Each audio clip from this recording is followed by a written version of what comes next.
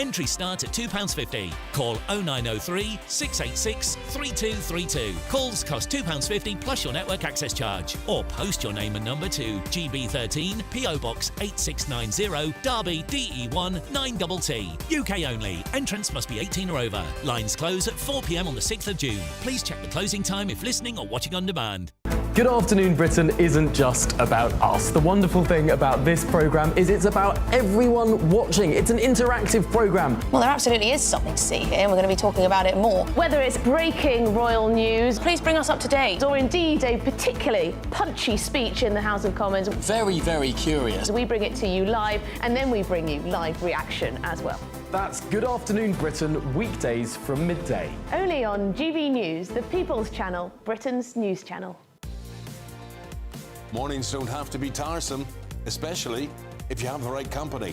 Wake up to news as it happens, opinion and debate, and of course, a little bit of entertainment too. Because when the kettle's on, we're on. That's Breakfast on GB News, a show worth waking up for. Every morning from 6 a.m. Only on the People's Channel, Britain's news channel. We'll spread the news, you spread the word. The royal family is an enduring symbol of tradition, unity and pride for Britain. At GB News, we celebrate what makes this country great. In our new royal newsletter series, you can join me, Cameron Walker, for Inside the Palace, an exclusive look every week that takes you beyond the gates and brings you the very latest from those at the heart of the monarchy.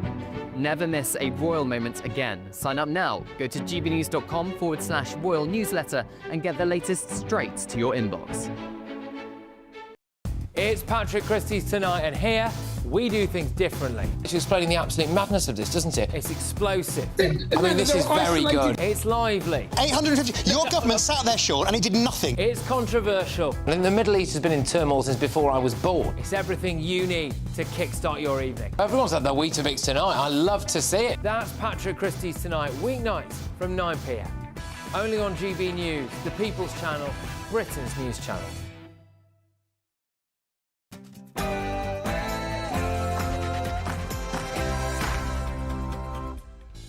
Good evening, this is Free Speech Nation with me, Josh Howie. On the show tonight, as 18 student groups declare their support to appeal the designation of Hamas as a terrorist organisation, we ask barrister Stephen Barrett to look into the case, and we ask what the moral implications are for those showing support for it.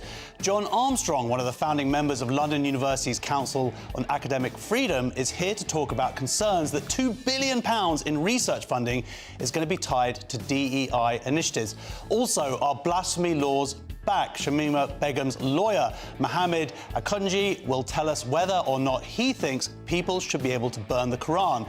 Toby Young is here after a report this week found no evidence of far-right organisation of last summer's riots.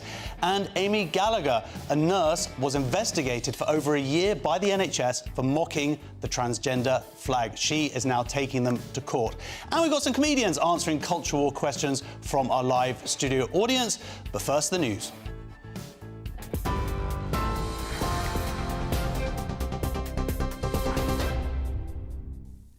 Very good evening to you from the newsroom just after 7 o'clock. The top story tonight, Donald Trump says Ukraine should immediately agree to a peace talk with Russia, insisting, quote, have the meeting now. It follows a proposal from Vladimir Putin to meet in Turkey on Thursday, after European leaders threatened fresh sanctions unless Russia agreed to a 30-day ceasefire.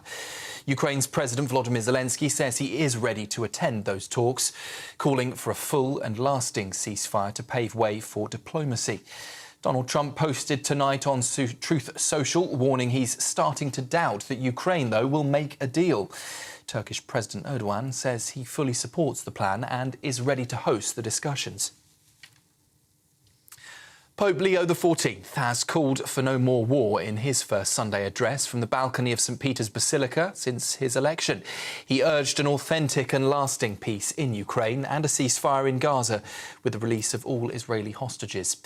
Recalling the end of World War II, he also warned of a third world in pieces. Well, crowds packed into St. Peter's Square cheering as the bells tolled and marching bands played. And the first American Pope also marked Mother's Day, wishing well to all mothers, including those in heaven. Plans to ban overseas recruitment for care workers have been branded cruel by industry leaders and unions today. Care England says the move is a crushing blow to a sector already struggling with staff shortages and rising costs. Unison warns visa applications have fallen off a cliff after dependents were banned from coming to the UK last year. Yvette Cooper says the visa route will now close, but firms can still recruit from people already in the UK. Ministers say they want to prioritise UK training and focus on higher skilled migration. Well, just a quick breaking line for you tonight from Network Rail that all trains have been cancelled, brought to a standstill, in fact, between Ipswich and Colchester. That is after a car was struck by a train at a level crossing. Emergency services on the scene as we speak. Services to and from Norwich also facing major disruption. No word at this stage on when the line will reopen. Replacement buses, though, running between Colchester, Manningtree and Ipswich. So, as we understand at this stage, all trains between Colchester and Ipswich brought to a standstill after a car struck by a train at a level crossing, and no word at this stage of any injuries. In other news, a man has been arrested on suspicion of murder after a body was found in a river near Rotherham. Police discovered the man's body yesterday evening following a missing person report. The 42-year-old suspect remains in custody as detectives investigate what they're calling a tragic death. Officers say inquiries are at an early stage and South Yorkshire Police are urging anyone with information to come forward.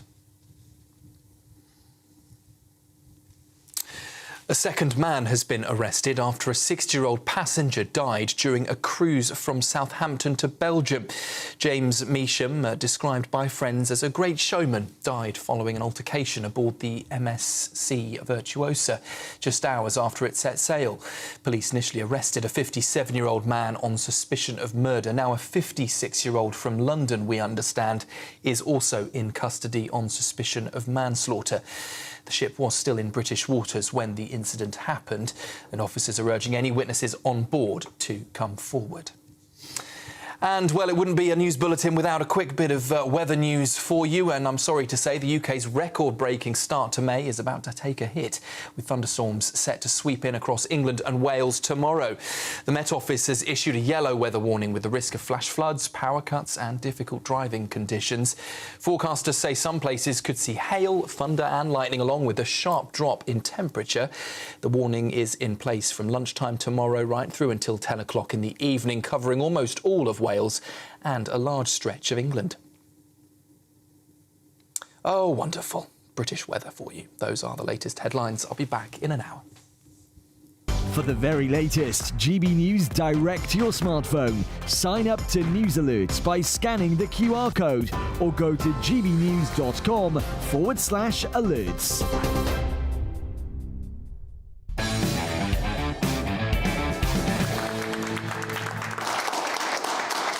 Welcome to Free Speech Nation with me, Josh Howie. This is a show where we cast our gaze across the spectrum of culture, current affairs and politics, doing our best to bring a bit of common sense to where things have become senseless. We've got another packed show for you this evening, taking in blasphemy laws, the missing far-right organisers of last summer's riots, and now the case of the NHS investigating one of its own staff for wrongthink, and academics speaking out against the worrying policy of tying research funding to DEI initiatives. And, of course, we also have some wonderful comedians and a fantastic studio audience. How are you, audience?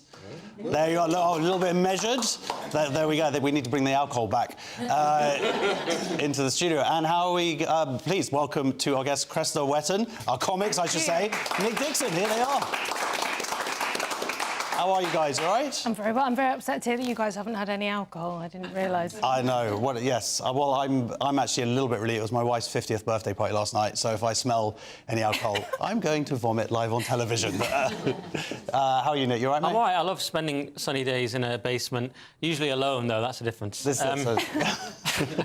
thought it sounded like something cool to say, but people just think I'm weird. The crowd. I said to them, "How are you doing? You all right?" They just ignored me. So I'm hoping it's going to get like. I hope it's going to like. No, they're there. Come on. Let's go again. Can you hear Nick? There he is. Yeah, there he is. Showing Nick Dixon love. Well, look, let's get to some questions. Our first question is from Anton. Should the FA be forced to apologise for dropping the balls. Yes. Should the FAA apologise for dropping the balls? This is teen footballer Keris Vaughan had her FA ban overturned after being punished for questioning a trans opponent's eligibility. She now seeks an apology, saying the case unfairly affected her life and reputation. That sounds fair enough to me, Cressida. It really does. I mean, this was so heavy-handed for somebody asking what might be seen as a reasonable question. The person she asked apparently had a beard. Yes. So I just... You know, when you're at school and they say there's no such thing as a stupid question, that's not true anymore, is it? No, not at all. So this is the FA. They've sort of backed down and now are following the Supreme Court's guidance on this. Yeah. But really, they deserve this young woman an apology. She was 17 Absolutely. At the time, banned for 6 matches or something. Yeah, and I believe she's on what they call the assessment pathway for autism. But whether she's or not, but this is something you hear a lot. You know, people who are autistic, or at least sort of quasi-autistic, like all my friends, they can't necessarily follow these Wait a minute, I'm one of your friends.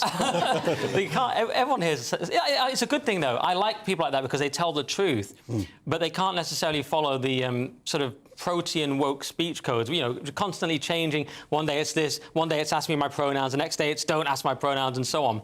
And so what about her? Where's a concession for her if she is sort of semi-autistic or on the pathway? What about, why don't we care about that? But the woke only cares about this one thing. It's like everyone else is shoved to the side. Yeah, no, fair enough. Well, look, let's go to another audience question. Oh, wait, let me just read this. The FA said, we can confirm that this disciplinary case has now been closed as the complainant has chosen to withdraw from the process due to personal reasons. All relevant parties have been informed of this outcome and no further action will be taken. To protect the players involved and to respect the confidential details included, we are not in a position to publish further details about this case. So our next question's from Daniel. Hello, Daniel. Hello. So I think this has been branded positive discrimination. The question is, do ethnic minorities and female police officers need help? Yes. So, yeah, do ethnic minority and female police officers need help? The Met Police is running promotion workshops exclusively for ethnic minority and female officers to boost diversity. Critics argue the scheme excludes white male officers and amounts to unlawful positive discrimination. What do you think, Daniel? I've had experience with this. Oh. Went to buy a car, a little bit of small talk. The man, I think a lot of us now, we've got an outside skin and inside we're maybe grown up in another country. So he was from Pakistan descent and for a job he was CID. I said, oh, that's interesting. It must be hard to get to that position. He just shrugged and said, well, because of my origins, I had positive discrimination. I'd been elevated more quickly up into that role. So he just acknowledged it. And enjoyed the money. Did you say you were buying a car for him? I was buying a car, so you engage in some small talk. So I talked about what he does for a job. I see. Oh, you were selling the car? Oh, I was buying it from him. Oh, I see what you're saying. And for a job, he was CID officer, which for us that watch drama TV shows, it was exciting. I was excited to meet a CID officer. Yeah. And he shrugged. And there it is. Wow. Well, what do you think about this, Nick? I'd say in that case, it's that Big Short thing. Why are they confessing? But anyway, yeah, he just admitted it. That's kind of weird. But yeah, well, I'm shocked by this because... Well, I'm shocked. When I was talking about, I've been here for 3.5 years at this, I'm not shocked at all. But it's standard. But I don't understand how they get away with it, because there was a recent case where Premier League clubs were in trouble, right, because they had just advertised a job and said, not for white people. And everyone's like, oh, you're not supposed to do that. You're supposed to pretend it is. Because under the Equality Act 2010, you're supposed to advertise it to everyone, and then if all things being equal, you give it to the non-white person, which is weird in itself. But you're supposed to advertise for everyone, right? And they didn't. Now, what I don't understand here is how they're getting away with it. Maybe because it's internal promotions, and there's a sort of loophole there. But what they do, they send out an email to the sort of non-white people, and they say, don't mention this to anyone else. Yeah, which is just insane. What have they got against poor old white people? I mean, poor white boys are the least likely group to do well at school. White people often behind various other groups upon graduating when it comes to how much they get paid. So, and we're this global minority, which they admit, we're about 9%, 7% of the global population.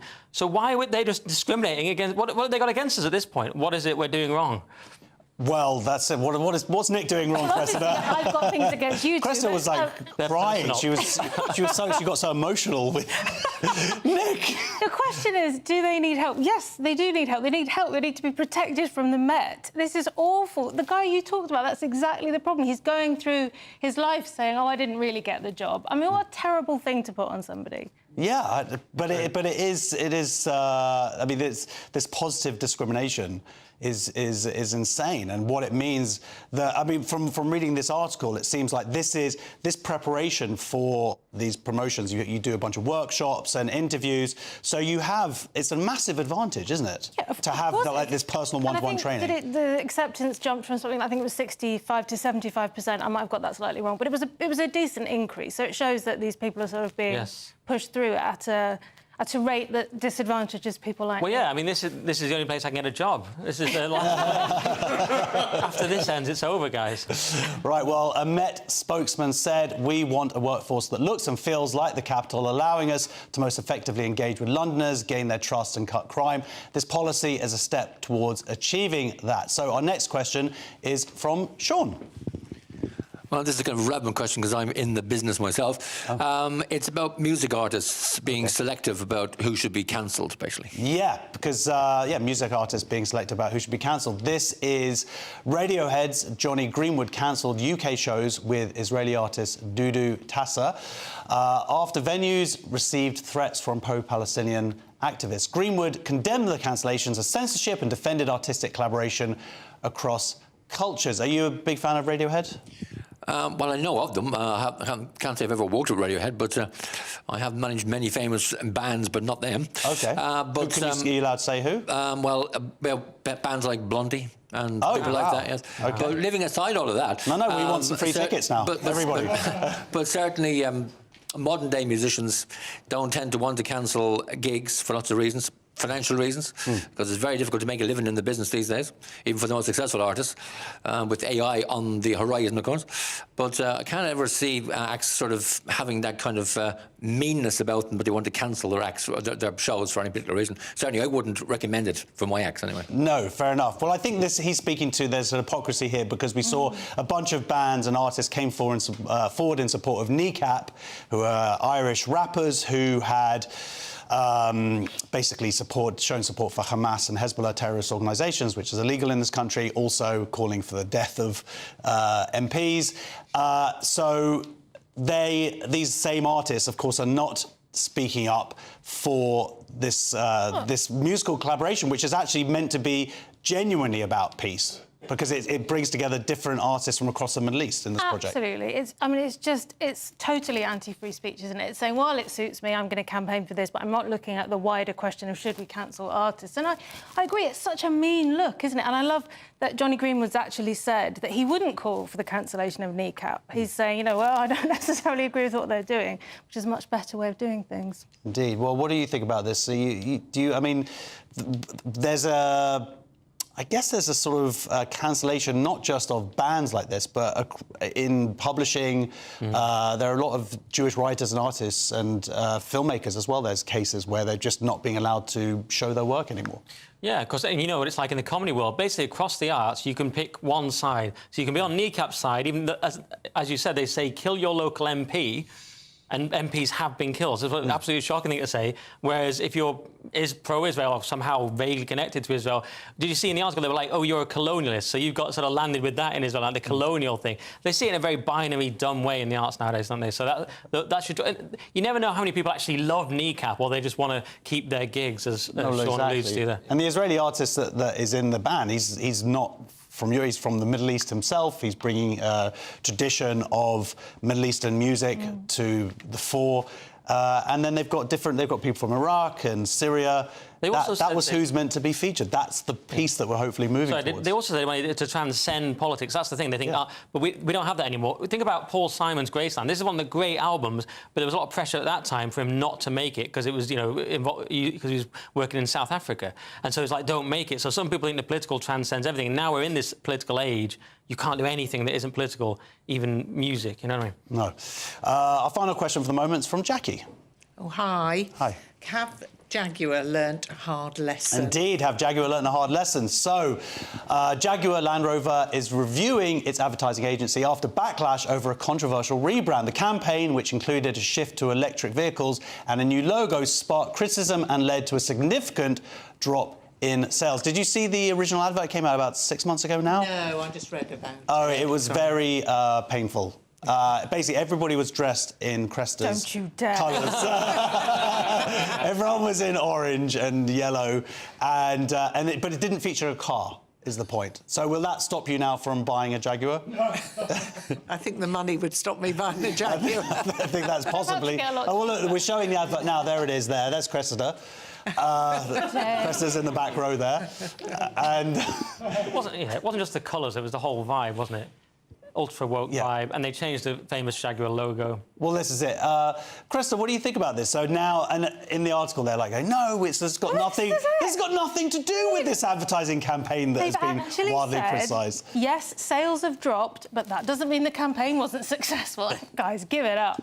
They're making this case that because we're all talking about it, that's somehow worth what they've spent on it. But that's ludicrous, isn't it? They're not selling cars. Surely that's the point of advertising. This just feels like Dylan Mulvaney all over again. Well, this is it. Yeah, the go woke, go broke. I know it's cliche now, but it is a hard lesson to learn. They never seem to learn it. No. I love this quote from Jaguar. They said, the scale of the reaction has been unprecedented. This shows just how much of an emotional attachment Jaguar has with so many people. So the idea, people hate it so much, they're saying it's a good thing. It's like cheating on your wife. See how annoyed you are? That's because of your emotional attachment. They're actually calling that a win. Isn't that incredible?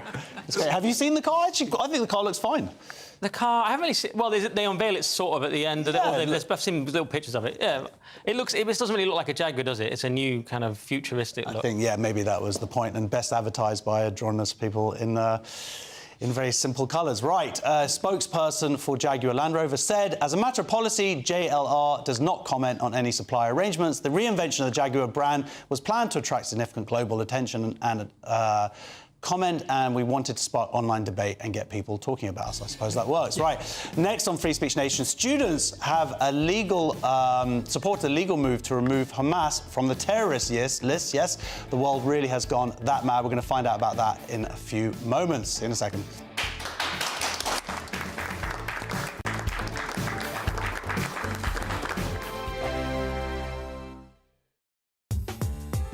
I'm Christopher Hope. From pop stars to politicians, I'll interview anybody in a pub who's got a political opinion. Join me every Friday on Spotify, Apple Podcasts, YouTube or GBNews.com, or wherever you get your podcasts.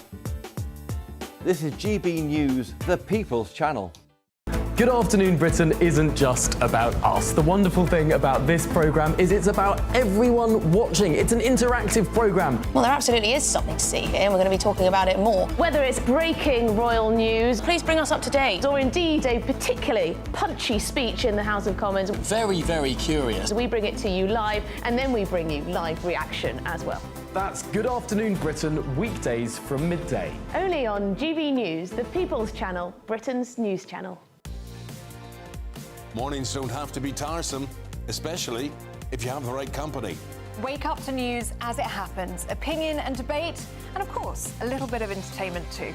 Because when the kettle's on, we're on. That's Breakfast on GB News, a show worth waking up for. Every morning from 6 a.m. Only on the People's Channel, Britain's news channel.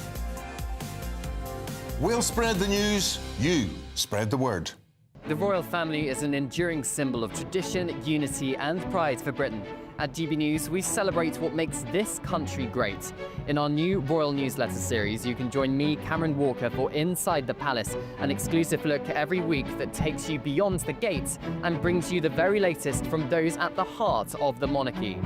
Never miss a royal moment again. Sign up now. Go to gbnews.com/royal newsletter and get the latest straight to your inbox.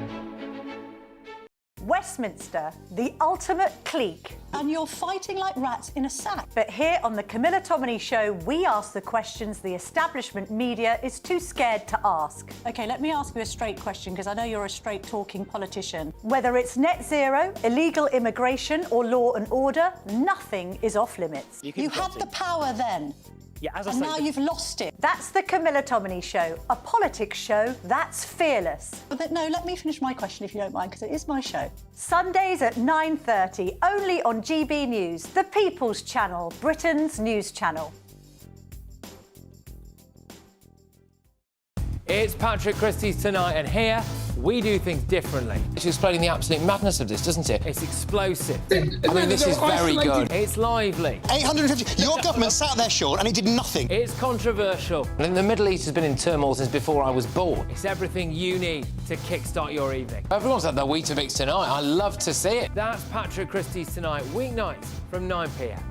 Only on GB News, the People's Channel, Britain's news channel.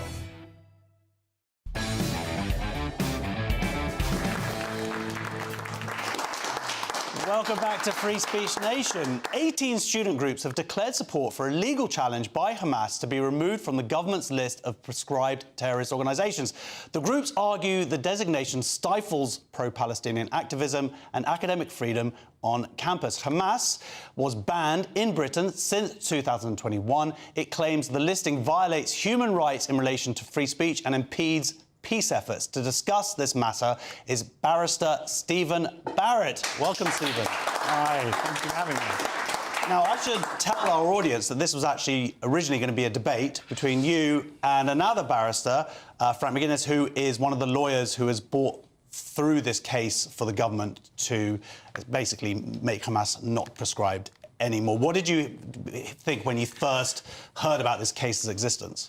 Well, I think the first thing to do is to say that I'm very disappointed that the other lawyer isn't here, because then we could have done a much more robust process. And when the other side don't turn up to a court case, and sometimes I have to initiate emergency proceedings, and we don't even tell the other side, so the other side don't even get told it's happening. And when I do that and I talk to a judge, particular obligations fall on me to explain their side. So automatically, by not turning up, he's sort of forcing me to be a bit fairer to them. I'm going to be I am the pro-Palestinian, pro-Hamas side. Well, the first question I wanted to ask him was, does he genuinely believe that Hamas are not terrorists? I cannot answer that for him. That's what it comes down to. I think for me, it was asking about whether because I've seen him being interviewed on other shows, and the question was initially like why he took this case, because there's this idea, of course, in law where everybody deserves legal representation, but as they're saying they're not being paid, that it's pro bono, then it is a decision by them to whether they take this case or not. Yes, there's no obligation on lawyers to work for free, ever. So every time you find that that's all pro bono means, and a lot of us do pro bono, I do pro bono, and you do it for worthy causes. I've always want to represent it. I would like to represent Bono. That's my dream. That would be very entertaining. So there is a lovely law firm in London called Mishcon de Reya, which does pro bono work for the British hostages who are still languishing in Hamas captivity. And I wanted to ask this gentleman if he thought that that was a worthy cause, and if he thought that giving up his free time in order to support Hamas, who I think as fact, not merely as law, are terrorists, whether that was a sufficient use of his time, a charitable donation that he felt proud to make, because I would not feel proud to make that. I was a coward, Josh, so I watched as much of the footage of the 7th of October as I felt I could deal with, to respect the victims. But what happened was one of the single greatest atrocities of my life. And I would have liked him to justify why he's doing this. He's not here. Let's talk about the specifics of the case. So there's a few avenues, I believe, that they're pursuing. One is that it would impede the peace efforts. The idea is, of course, that because it's prescribed, that somehow that restricts it. But governments are still free to talk to Hamas. It's just individuals showing support for a terrorist organisation. There will be direct lines of communication or indirect lines of communication between Hamas and the Israeli government. The idea that British lawyers need to stick their beak in is utterly ridiculous. It's a bit like when, to their credit, the Labour government and to John Major's credit, they negotiated peace with the IRA, and then people like Jeremy Corbyn pop up years later and say, oh, I did it. And it's like, no, mate, you didn't.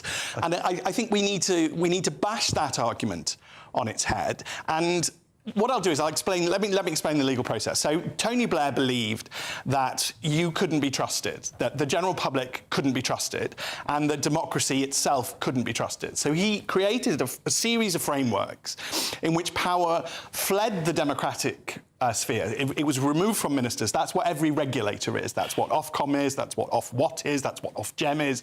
Taking power away from ministers. And the reason he did that was he thought that the public would possibly become so right-wing or so evil that you would call for the prescription of innocent people. So in the mechanism for prescribing terrorists, there is this process to get unprescribed if in theory some mad Home Secretary has prescribed the Women's Institute or the Girl Guides or, you know, perfectly decent, lovely people as terrorists, which would destroy them and destroy their lives, and if they'd done that as a wrong un. So there's a mechanism in place. I understand that. You know, there's perfectly fine to put in an appeal system. There's a secondary part of that mechanism, because the minute you say to a lawyer, I'm going to do this, I'm going to represent the WI who've just been prescribed as terrorists and challenge this, now it looks as though you're supporting terrorists, and there are all sorts of terrorism offences of supporting terrorists. And the two most important are intentionally supporting terrorists and recklessly supporting terrorists. I wanted to ask this gentleman about recklessly, but we'll move on. We'll move on just to explain that. That's a perfectly fair system. You have laws in place to protect those lawyers so that they can't be prosecuted for supporting terrorists, provided all that they do is within the process of that legal application. And one of the questions I wanted to put to this gentleman was, even coming on this programme, that's not part of a legal process. It's not part of a legal application. And they've made swanky videos, and they've done other media. That's all pressure through the media, which is not part of the legal process, because, of course, we have trial by justice, not by media. So I wanted to ask him if he worried that he'd stepped outside those protections. But those protections are there to protect decent lawyers who want to, in the case of a rogue Home Secretary who's prescribed the WI, who want to work for the WI. In the case of an obviously awful organisation, and I'm afraid that's what I consider Hamas to be. You don't need to apologise for that. Well, I only need to think of the Bybas babies, and I will start crying again. I don't know anybody who hasn't cried over this. It's the worst type of human monstrosity. One of the reasons I hate racism and think it's absolutely ridiculously silly is that all humans are capable of absolutely monstrous evil, and this was absolutely... We shouldn't, but we could. But this was absolutely monstrous evil. And this mechanism, I think, is being abused. So I think certain bad people in our society are using our own goodness against us. It's perfectly acceptable to have a mechanism in to protect the WI if a rogue Home Secretary starts saying that they're terrorists for no good. Apologies to the WI, by the way, if they're getting terribly worried about this. I don't think they're in any danger of being prescribed, and they're still... Well, part of this case is, part of the argument in this case is that the definition of terrorism is too broad. And that's only... I mean, I would argue that strangling to death babies is the very definition of evil terrorists. If you carry out murdering families in their homes, burning them alive, mass rape, desecration of the bodies, murdering over 350 young people at a music festival, all of these forget a broad definition of terrorism, they fit a very narrow definition of terrorism. Yes, they do, and that's really why... I mean, I don't think this case has any legs to support it. It's a three-stage process, and I'm sure that they will milk every stage for as much... OK, then what's the purpose? Why? Attention, I think. I think this is about attention. I worry that there are people in our society...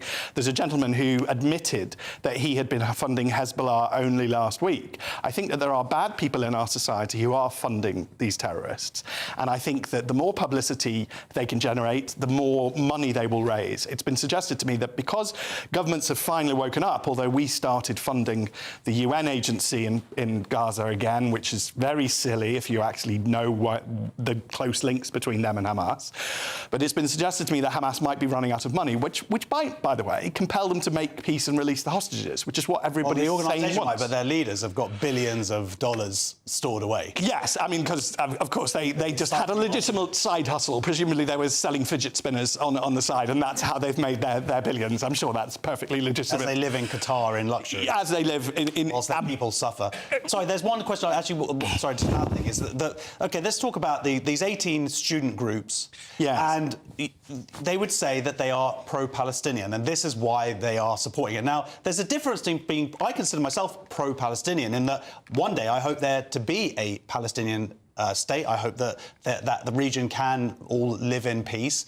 But this isn't necessarily about being pro-Palestinian. This, I would argue, is about being pro-Hamas, because if you were pro-Palestinian, what you would do is, surely, you would argue for Hamas to surrender and for the hostages to be released. That's how you're going to get peace in that area, not by encouraging them to somehow be legitimised. Yes, and only last week we know that Hamas hoard the aid that is poured into Gaza, and an innocent Gazan, an innocent Palestinian, tried to break into one of the warehouses that Hamas have this aid in, and Hamas shot him.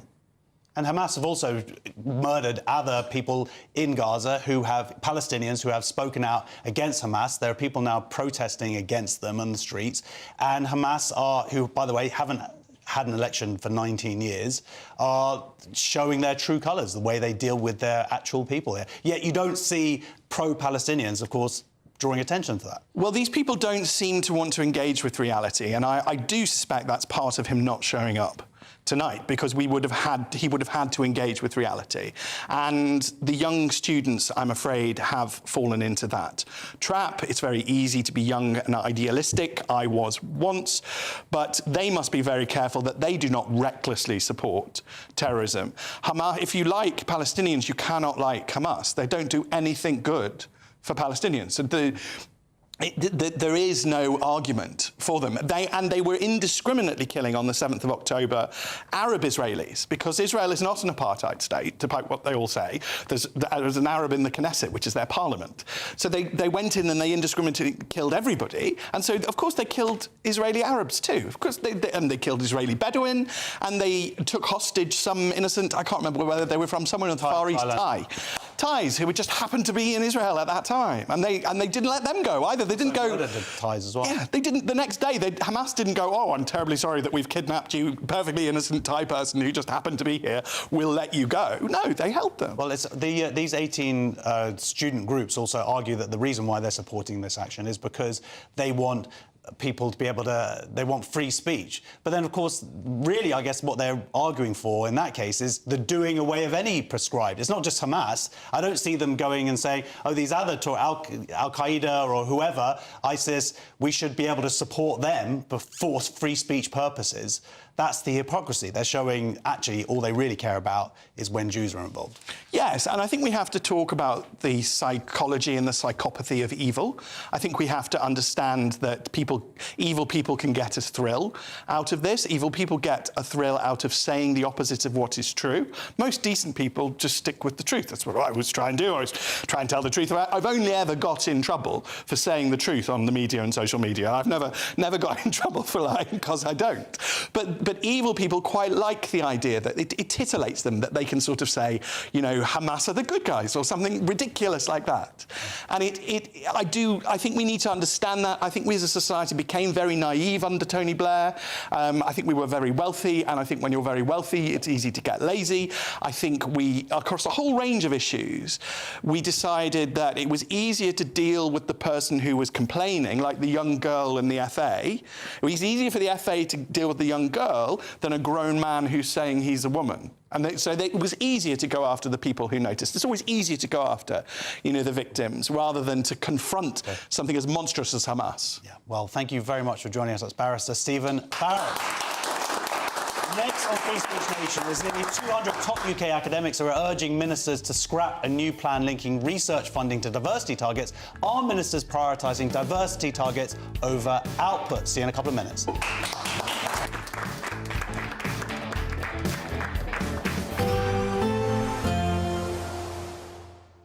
Can't wait to get in that sea. Lovely and warm. Just like the feeling of having great travel insurance. All Clear Travel Insurance sponsors GBNews Travel Destinations Forecast.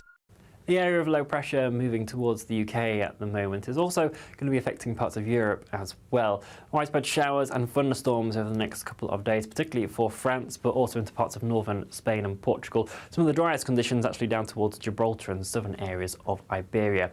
Some showers also developing across parts of Italy, through the Adriatic and potentially over towards Greece as well. Turkey not faring too badly, but overall things will be settling down as we head over the forthcoming week with drier conditions prevailing. All Clear Travel Insurance sponsors GBNews Travel Destinations Forecast. Hello there, good evening. This is your GB News weather update provided by the Met Office. Hope you've had a wonderful weekend and managed to enjoy the sunshine many of us have seen over the last couple of days. As we transition into next week though, increasing influence of some showers, and already this evening they are spreading their way particularly across southwestern regions. An area of rain will also blossom across Northern Ireland and gradually push its way towards western Scotland, turning heavier at times as well. Some clear spells elsewhere, but it is going to be a mild night. Temperatures holding up around 12 to 14 degrees Celsius for some of us. It'll be a little bit cooler and fresher out towards the east and the north, and there will be some low cloud, perhaps even fog, lingering around coastal areas of the far northeast of England, but primarily Scotland. This will burn back during the day, but the Northern Isles could see it linger throughout a good portion of Monday. Rain still in play across western Scotland to begin, this tending to ease, but outbreaks could linger for parts of eastern Northern Ireland and the Isle of Man as well. Later on into the morning and into the afternoon, we are going to see showers developing more widely across England and Wales. Focus for some of those heaviest ones to really start developing around the London region and then spread their way through the West Midlands to parts of Wales, Cheshire, also northern coasts of Somerset, Devon and Cornwall, potentially seeing some heavy thundery downpours. They will be hit and miss. Not everyone is going to see them, but where they do occur, torrential downpours and localised flooding is possible. If you miss them though, temperatures climbing towards 25 degrees Celsius will feel very warm. Our area of low pressure that's bringing those showers will gradually drift its way southwards on Tuesday, so increasingly they are going to become confined to southwestern regions. There will still be some cropping up over the course of the day, and again some very minor flooding is possible where we do get some torrential downpours, but central northern regions really seeing plentiful amounts of sunshine. A touch of cloud still lingering across the far north of Scotland, but the outlook for the second half of the week is for sunshine to really be the main dominating factor for many of us. Enjoy the rest of your evening. Bye-bye.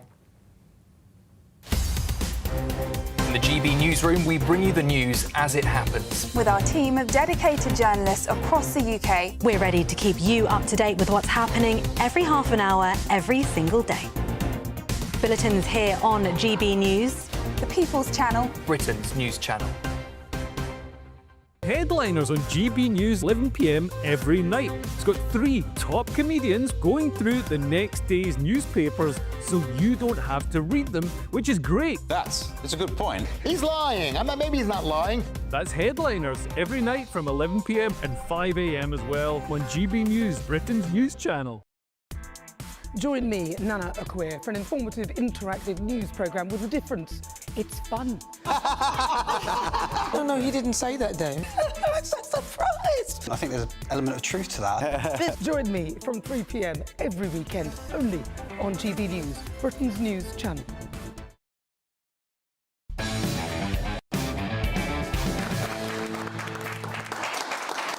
Welcome back to Free Speech Nation. Nearly 200 top UK academics, including a Nobel laureate and Royal Society fellows, are urging ministers to scrap a new plan linking research funding to diversity targets. In a letter to the government, they warn the policy threatens academic freedom and risks damaging research quality by prioritising bureaucracy over output. Under the proposal, up to £2 billion in funding would hinge on diversity metrics, including promotion rates and representation. The letter was organised by the London University's Council on Academic Freedom, and I'm now joined by one of the founding members, John Armstrong. John, welcome to the show. So we are talking a lot of money here. Absolutely. Right? And why have they brought these changes through? Why, is it just ideological? Is it with good intent, but they haven't thought it through properly?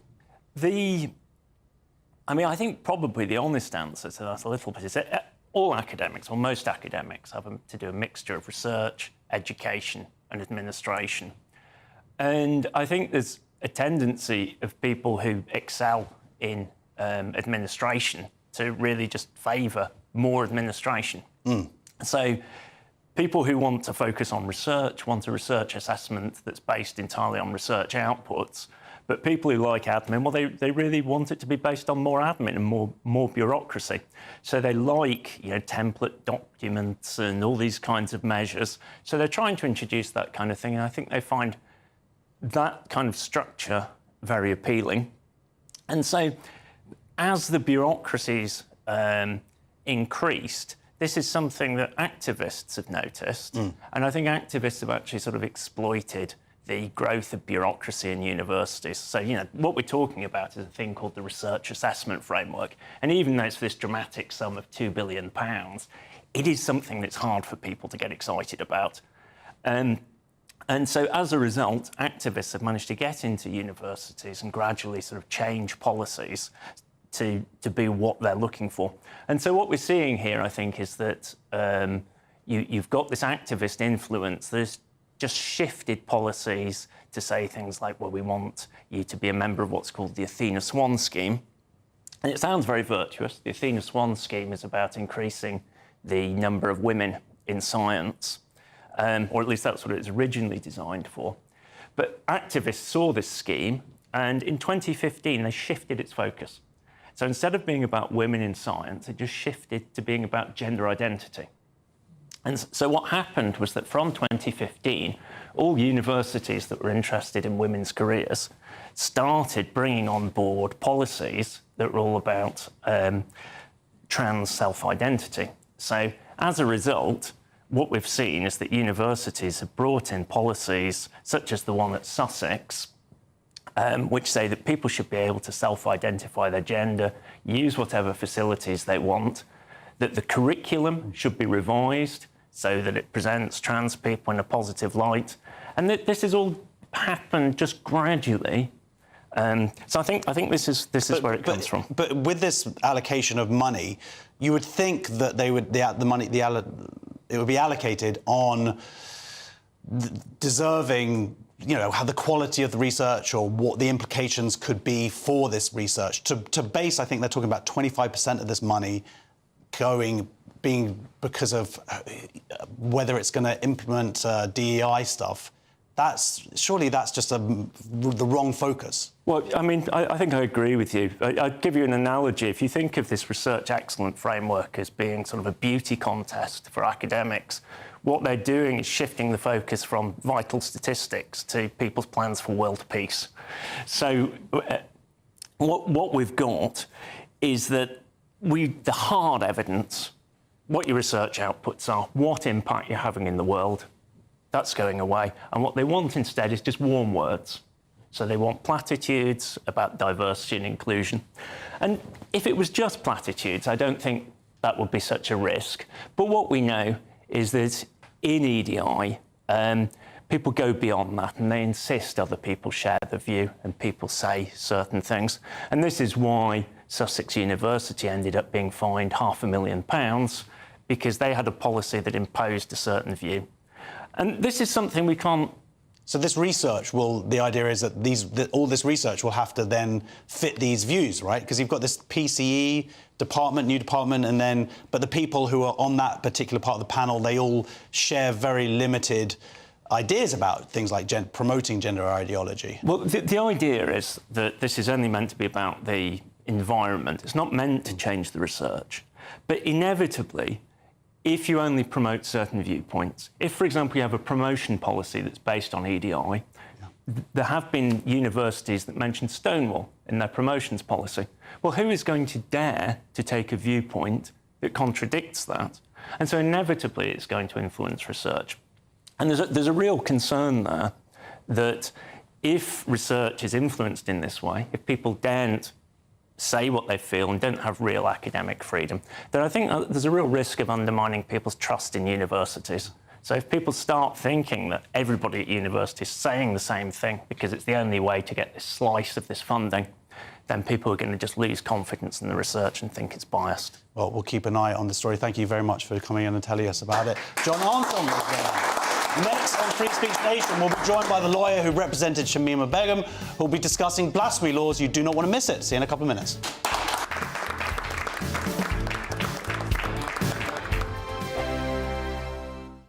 The royal family is an enduring symbol of tradition, unity and pride for Britain. At GB News, we celebrate what makes this country great. In our new royal newsletter series, you can join me, Cameron Walker, for Inside the Palace, an exclusive look every week that takes you beyond the gates and brings you the very latest from those at the heart of the monarchy. Never miss a royal moment again. Sign up now. Go to gbnews.com/royal newsletter and get the latest straight to your inbox. GB News Breakfast. Every day from 6 a.m. I mean, it's an absolute first for science in the UK. Of course, it's not actually the first in the world. Actually, there have been 65 children born through womb transplants. But not only is this wonderful for the family concerned, and you know, what a sister, what an elder sister to donate her womb. But there's 15,000 women in the UK who suffer from this Mayer-Rokitansky-Kuster-Hauser syndrome, where they might have healthy ovaries, but unfortunately the womb doesn't work. Real ray of hope for them. The real hero here, I think, as well as the sister, is Professor Richard Smith from the Imperial NHS Trust. He spent 26 years developing this, started a charity, Womb Transplant UK. Wow. So this was all paid for through his charity. Doctors gave up their time for free. 17 hours of surgery, not for the faint-hearted, but lovely result. And the baby is named after the sister, Amy, who donated her womb. And her middle name is Isabel, who's after the surgeon who essentially transplanted that womb. And to do that, you had to connect all of the tiny little blood vessels with minuscule stitches. I mean, it's incredible, isn't it? It really is. It is incredible. But, Anna, I put it to you, what would you say to people who would say, what is the point of this? Because you're not going to be able to provide this on the NHS. We can't afford to. Well, as I said, that was one of my first thoughts, I have to say, when I was looking through this. And the fact that this professor has spent 26 years and actually started a charity.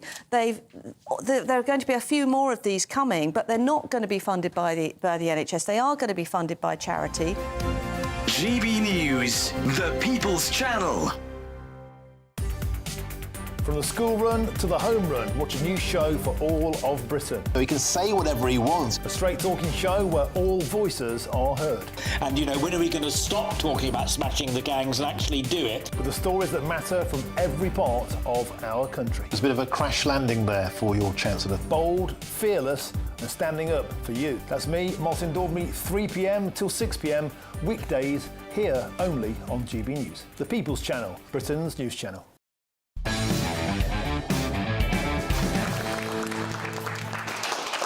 Welcome back to Free Speech Nation. Over the past 9 months, several reports have fuelled speculation the Labour Party may be introducing blasphemy laws via the back door with a definition of Islamophobia.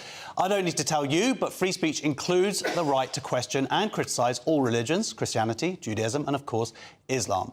But does that include the burning of religious texts? Joining me now is lawyer and commentator Mohammed Akunji. Mohammed, welcome. Hello. Hello. How are you? Hello. So, Robert Jenrick this week, he called out the CPS for charging someone for burning the Quran. Do you agree with his position on this? No, not at all. I mean, I think the issue with that particular case is Mr. Yeah, well, sorry, we can't talk... I can't say the specifics of the case, but in terms of this, the idea of the right in this country to burn the Quran, do you believe that that should be legal or illegal? Well, at the moment, it's covered under public order legislation. So if Robert Jenrick believes that the hill he wants to die on in terms of the idea of blasphemy is by suggesting that citizens should emulate Nazi Germany in 1933 and burning books, that's a very odd hill to die on. The issue with this particular case in terms of charge was that the charging was very that were wrongly applied, and it was an unfortunate and probably incompetent application of the law. That's been corrected by the CPS now. OK, well, the invocation there of Nazis burning books, this isn't the same situation here. This is someone carrying out their right. We do have the right in this country to insult to burn, if it's someone's private property, you can do this thing. Do you think do you agree that blasphemy laws in this country are a good thing? No, there's no blasphemy laws in the UK. The issue is a public order matter, whether or not you're engaging in behaviour that causes alarm and distress to others. But wouldn't that be a blasphemy law via the back door, though? Isn't that the concern here? The law's been on the books since 1986, been updated in 1995. The specific law that you mentioned is referring to individuals, and the problem is that Islam, of course, is not an individual, it's an ideology. So it doesn't apply. Well, with respect, it sort of does, because the people in the embassy in question felt that they were being, harassed and intimidated. So in terms of public order, if you are suggesting that the UK, the idea of freedom of expression includes the type of behaviour of burning books in public in order to cause alarm and distress, well, that's not freedom of expression or freedom of speech. That's just somebody burning books. So do you think that we're talking about any book here shouldn't be burnt? Someone burning a copy of Harry Potter, that should be illegal. Well, interestingly, no one else does it. We don't hear of any cases of someone... I mean, I've seen people burning Harry Potter because they disagree with J.K. Rowling. I don't think they should be arrested. Okay, right. So is that motivated by religious or racial aggravation at all? Well, it's motivated in that case by their ideology, because they don't think that they believe that men can be women. But the point... Well, I don't believe that our police are doing anything wrong in terms of trying to police our public spaces and keep them peaceful. When they see somebody burning a book outside of an institution or a house, that doesn't appear to be a peaceful exercise of somebody's right to protest. What about someone drawing a cartoon of the Prophet Muhammad? If they were doing that in public, is that okay? Do you think that that's fine, should be arrested or not? Well, I think everything depends on the circumstances. If they're doing it at a particular rally where there's going to be a very obvious response to that, but again, the Law of Public Order Act does provide for that, where somebody's being provocative and intending to provoke violence in others. Well, no. Well, OK, well, that's very interesting that you think that drawing a cartoon would make someone violent. Surely then the problem is with the person who becomes violent. It's not the person who's drawing the cartoon. It's not their fault for inciting violence. They're not inciting violence. It's the person who's taking offence to it, right? So if we look at Robert Jenrick's comments about this, for example, he's suggesting that this is an expression of freedom to burn a book. However, he himself has also demanded that police arrest anyone who shouts out "God is great" in a protest. So it's sort of, one rule for one group of people. Are they shouting out the word "God is great," or are they shouting out an expression that is utilised, sometimes connected to violence? I mean, that's the idea, isn't it? Is that one is an actual inciting violence and one isn't? No, you're just making stuff up now as you go along. You have 1.2 billion Muslims on the planet who say God is great 5 times a day, and you're suggesting that because some sliver of lunatics shouted something. Well, shouting that in public. I'm so sorry. I would love to continue this. We're going to have to go to a break now. We'll see you in a couple of minutes, guys.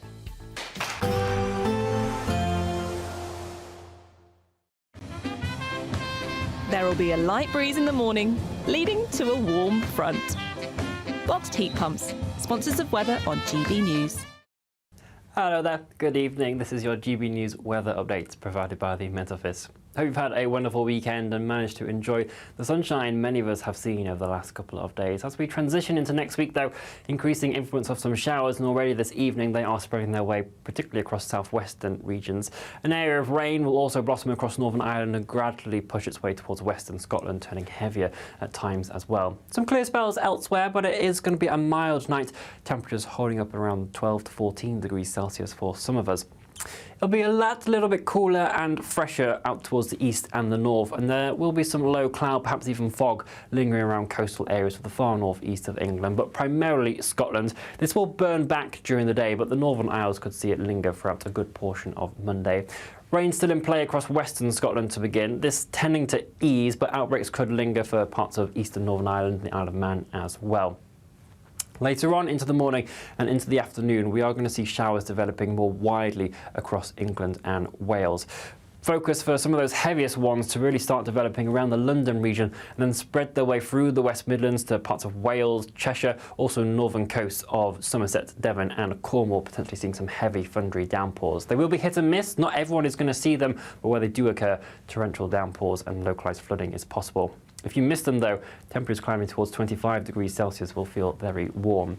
Our area of low pressure that's bringing those showers will gradually drift its way southwards on Tuesday. So increasingly, they are going to become confined to southwestern regions.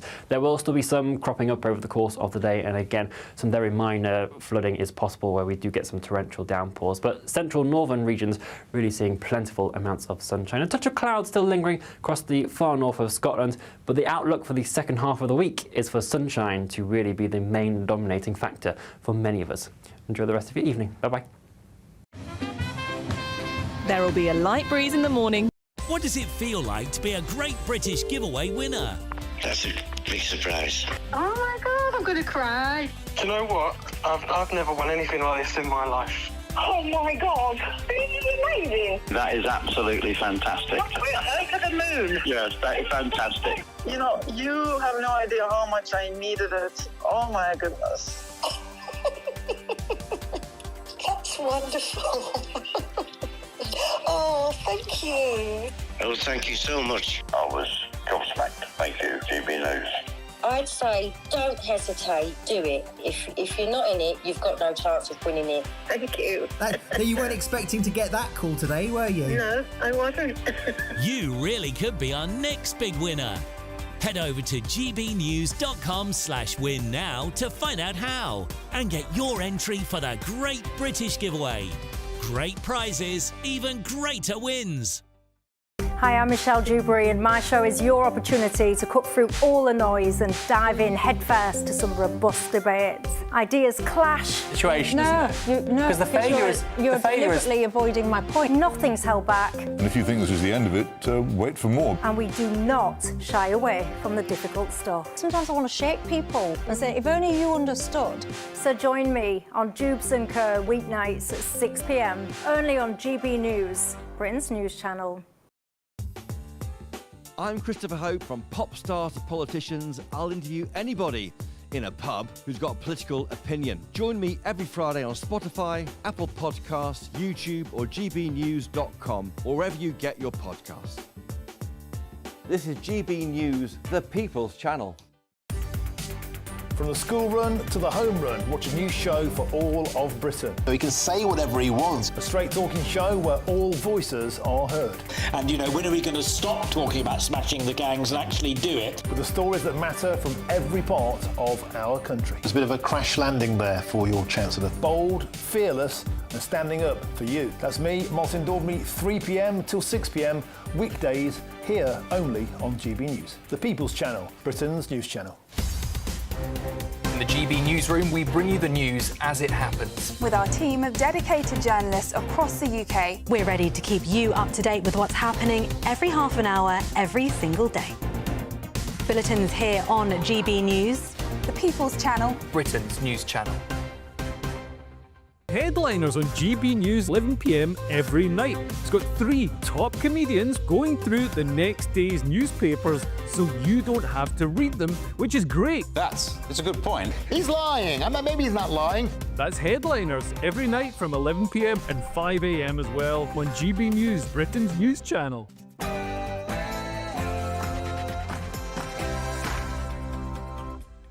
There's plenty more still to come this week on Free Speech Nation. It's official, there were no links between Southport and the far right, despite what some tried to claim. Toby Young joins us soon. Amy Gallagher, a mental health nurse who claims she was forced out of her role for expressing gender-critical views online. That's coming up. And first, we have a news with Sam Francis.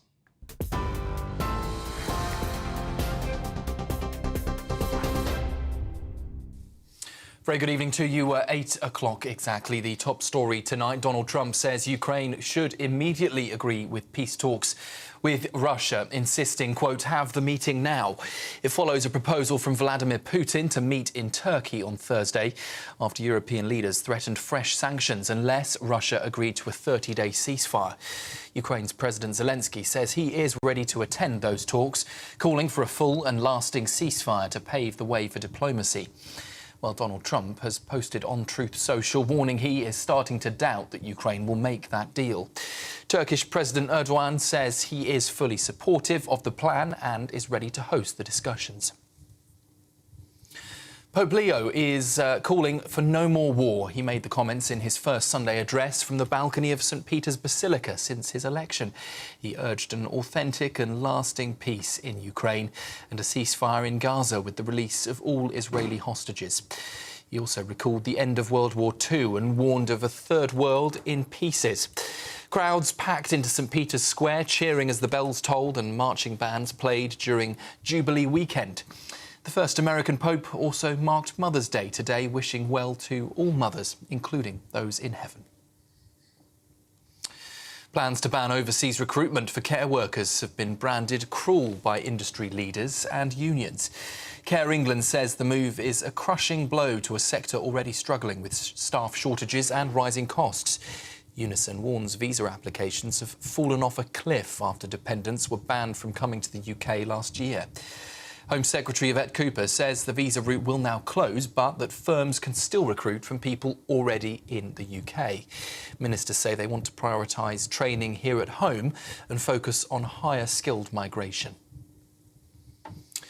A report has revealed that Southport triple killer Axel Ruda-Cabana's supervision was downgraded before an alleged attack on a prison officer at HMP Belmarsh.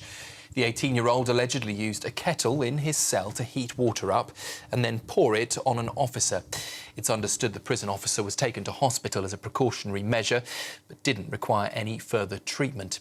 Ruda-Cabana was jailed for a minimum of 52 years in January for the murder of 3 young girls in Southport last summer. The Taliban has banned chess in Afghanistan, claiming the game promotes gambling and clashes with Islamic law. Officials say the suspension is indefinite, meaning chess will remain off limits until religious concerns are resolved. It's the latest in a string of bans, while women are effectively shut out of sport entirely. Locals say the ban strips young people of one of their last social outlets. Well, I'll bring you a piece of breaking news. We'll turn to stories on health in just a moment, but we're hearing from the Reuters news agency tonight that Hamas will be releasing another American hostage held in Gaza. That is Aidan Alexander, reportedly, in efforts to secure a new ceasefire deal. Hamas in direct talks tonight, we understand, with the US over that potential Gaza ceasefire and possibility of resuming urgent aid deliveries, according to senior Palestinian officials telling the Reuters news agency. Netanyahu, Prime Minister of Israel, also believing that hostage exchange of Aidan Alexander will go ahead tonight, ahead of President Trump's Middle East visit. Washington saying they are trying to secure that release tonight, with famine warnings growing, putting pressure on securing further aid deliveries and that potential ceasefire. So we'll keep across any developments on that latest hostage exchange in Gaza tonight. And health for you, a new study has found that teenagers carrying excess fat could struggle with learning and memory more than their lighter peers. Important developmental areas of the brain were found to be larger in overweight youngsters, and scientists say it could even impact how they regulate emotions. They now believe tackling obesity is vital not just to young people's bodies, but also their brains. That's the news on GB News. Plenty more still to come right here with Free Speech Nation. For the very latest GB News direct to your smartphone, sign up to news alerts by scanning the QR code or go to gbnews.com/alerts.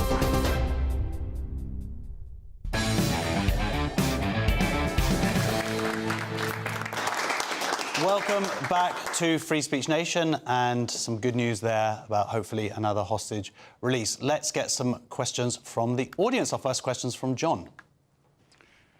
Hi there, Josh. Is it OK to read Brexity books? I love the way you said. Could you say it one more time? There was so much animation in your face. Brexity books. The way you say Brexit. Is it OK to read Brexity books? Yeah. This is a retired special constable was arrested and detained over a social media post warning about the threat of anti-Semitism in Britain. After the arrest, officers examined the 71-year-old's collection of books by authors like Douglas Murray, along with copies of the Spectator, referring to them as containing very Brexity things. Now, John, you're wearing a very Brexity T-shirt and have a Brexity beard. What do you think about this? Well, I've read tons of Brexity books, including 3 by Douglas Murray, one of which was shown on the video footage in that man's house. But when the police come and raid my place, they won't find any of them because I borrowed them from the library. Apart from, there's a French book called Transmania. I don't know if that counts as a Brexit book. And of course, all the dead bodies. So,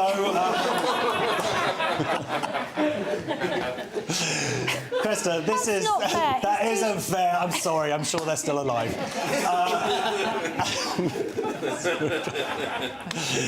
What was the question? Is it okay to read this case is insane. This is the latest insane case. There seems to be one a week coming out from the Telegraph. This person arrested by his former colleagues, or he was handcuffed by them. I mean, it's not the point, but the tweet in the first place wasn't anti-Jewish at all. It was the opposite. They hadn't understood the tweet. They hadn't read the context of the rest of the thread, even. So that's already enraging. It was against anti-Semitism. And then the poor guy's taken to the police station. He's arrested. He's held, for 8 hours. At 9 o'clock at night, he gets interviewed, finally. It's just unbelievable. They wouldn't listen to his explanation, supposedly. Nick, I mean, this is just insane, right? I mean, every time another case like this comes along, we had a family arrested because they'd said some disparaging remarks towards their kid's school. Alison Pearson, police around at her place for a tweet. This is... Well, and his books have got nothing to do with it. Yes. Yeah, as you said, he'd served in this very police force, 71 years old. They handcuffed him. Can you believe that?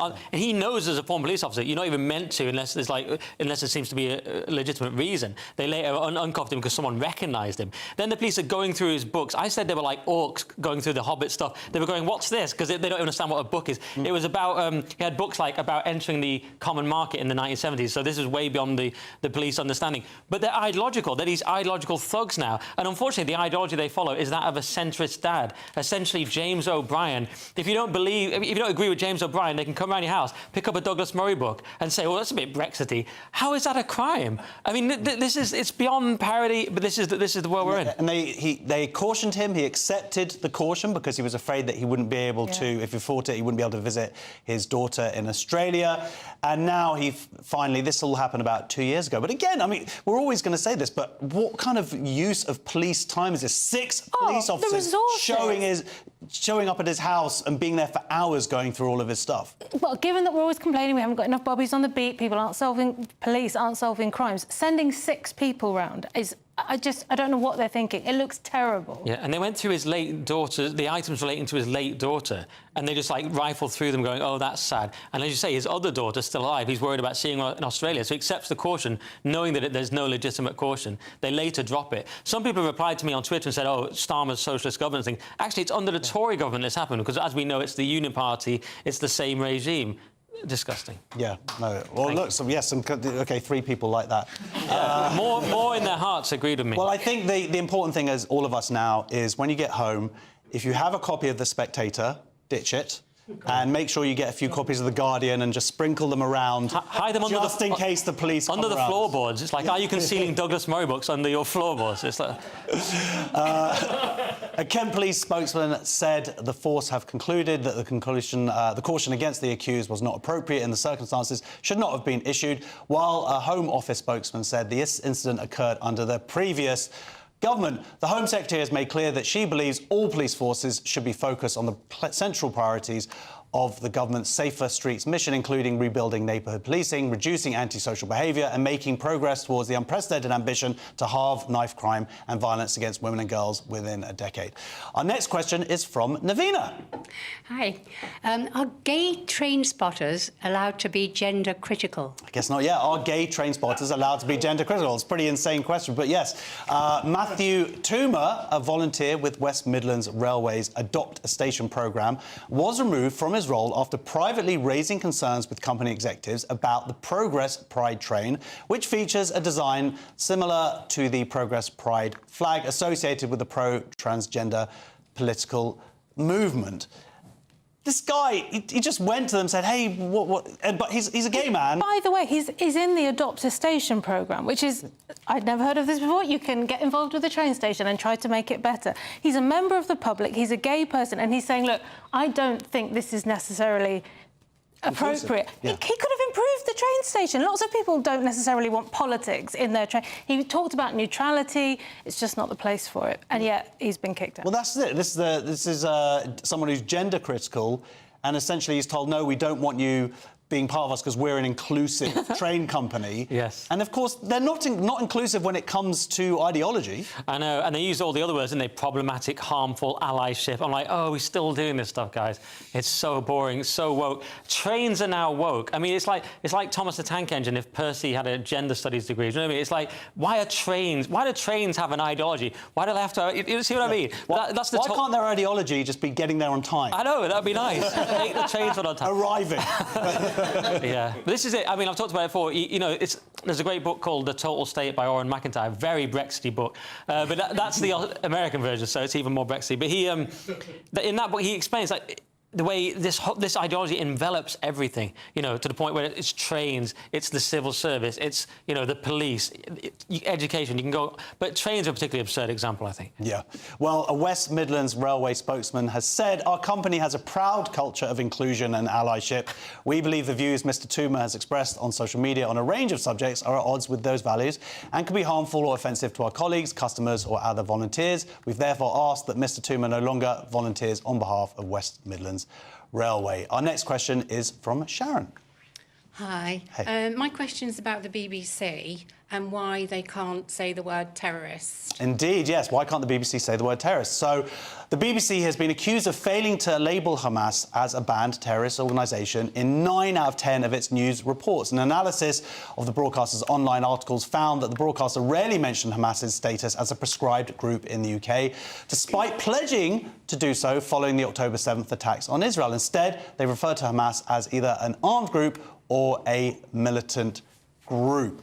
Sharon, what do you think about this? The BBC just... They're pretending to be impartial, and frankly, I don't think they are when they don't say the truth about Hamas. Well, they shouldn't be impartial. They should tell the truth. Yeah. Yeah, They should be, absolutely. Yeah. That's their job. Of course Surely, it is. yeah. Of course it is. Absolutely. So, again, this is falling to other organisations, Cresta, to go in and show that the BBC actually aren't following their own guidelines here. Well, it's outrageous, isn't it? You've got BBC Verify claiming that they can decide what's fact and what isn't. As you said, they should be running these reports themselves. They should think, oh, what's our content like? What are we doing? What are we outputting? Instead of which it's other people pointing it out to them. I completely agree. They're not impartial on this. Yeah, well, they're not delivering, and of course we're forced to pay for it. That's the difference always with this. What do you think about this, Nick? Well, I think impartiality is impossible in our current very divided political scene. So I think, it's inevitable. It's like CNN pretend to be impartial, and obviously they're not. But it's fascinating that the BBC has clearly chosen to go with Palestine, because ostensibly our ally, sort of militarily, intelligence-wise, would be more likely Israel. But it's the prevailing ideology again.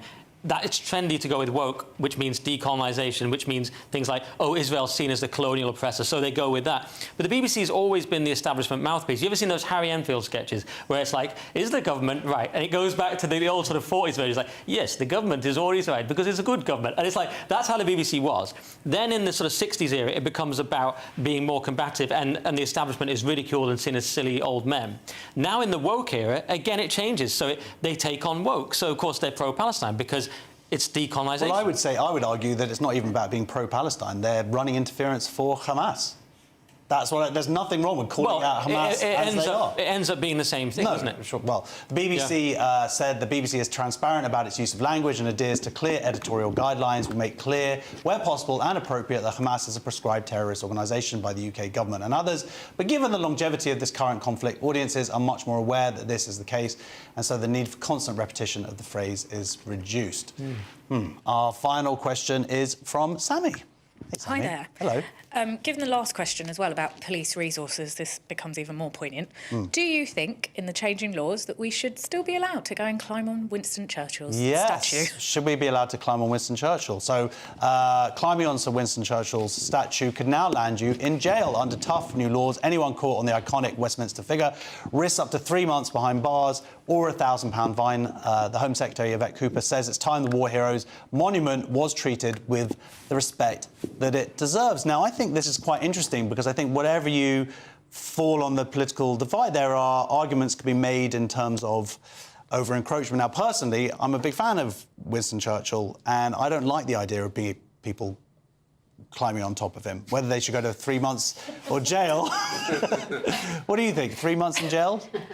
I think Labour can't afford not to do this at the moment. This is a piece of really good window dressing. Like, this is a good look, guys. Go for this. Take the win. I mean, yeah, I agree. It's difficult, isn't it? It's always this tension between protest, what we allow, what we don't allow. But on this occasion, I'm going to pat Labour on the back and say, good move, guys. Yeah? You're going to pat Labour on the back? Well, I wouldn't send them to jail because I would just deport them. So it's fascinating. What happens is, so someone put it to me recently, multicultural societies have to be authoritarian to succeed, and they used an example of Singapore. And it's really interesting. They were saying they're 76% Chinese, we're a similar amount white British. So when I grew up, I had 2 grandfathers who'd both fought in World War II. It would never occur to me to in any way deface or disrespect the Churchill or the cenotaph. So we didn't need such laws because it wouldn't occur to anyone. What happens in multiculturalism? Of course you need such laws because it becomes about religious sensibilities. You need to respect people's different religion. Free speech goes out the window. You need DEI. It's happened in Singapore. What we have in Britain is we don't have the effective element either of authoritarianism. The streets aren't even clean, you know what I mean? So I say that's the problem. Once you're in that society, you have to have laws for what used to be done naturally. OK, so, but what about, I mean, there's been lots of cases over the years of people climbing up on that statue and graffitiing it. It's nothing to do with multiculturalism. They're doing it for different political ideologies, whether it's saving the environment or protests. So it's something that sort of predates that. Yeah, I was thinking of the sort of pro-Palestine people, but you're right, there are other instances as well. Yeah, well, and that's why you end up needing these laws. I mean... you're right in that I think it's a shame that, that these laws would in any way be needed, but this has been a long time coming. Yeah, and I would have them, but I would have... basically, free speech doesn't work anymore, guys. I know that's the name of the show, but I would have... at some point, you have to defend your own culture, so I would have, I would just deport, or in prison, if you want to be moderate. OK, then, next on Non-Free Speech Nation. It's official, there were no links between Southport and the far right, despite what some have tried to claim. I'll be joined by Toby Young, director of the Free Speech Union, to unpack all of that story. See you in a couple of minutes.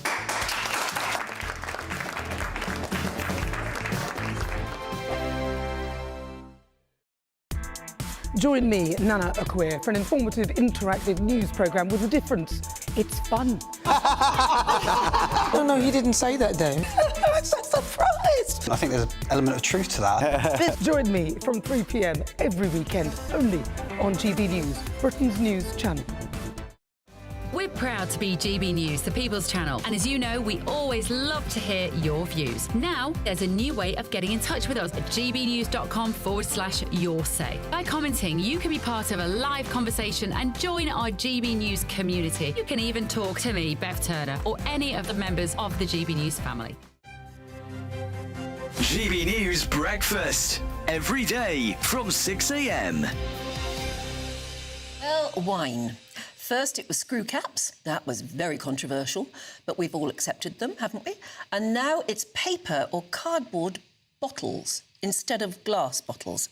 Wine connoisseurs will get terribly upset about this, but will we all accept it one day? Probably. What's the sense behind it? Here it is. And it is, actually. There is no glass underneath that. It is cardboard. Yes, it is. Extraordinary, isn't it?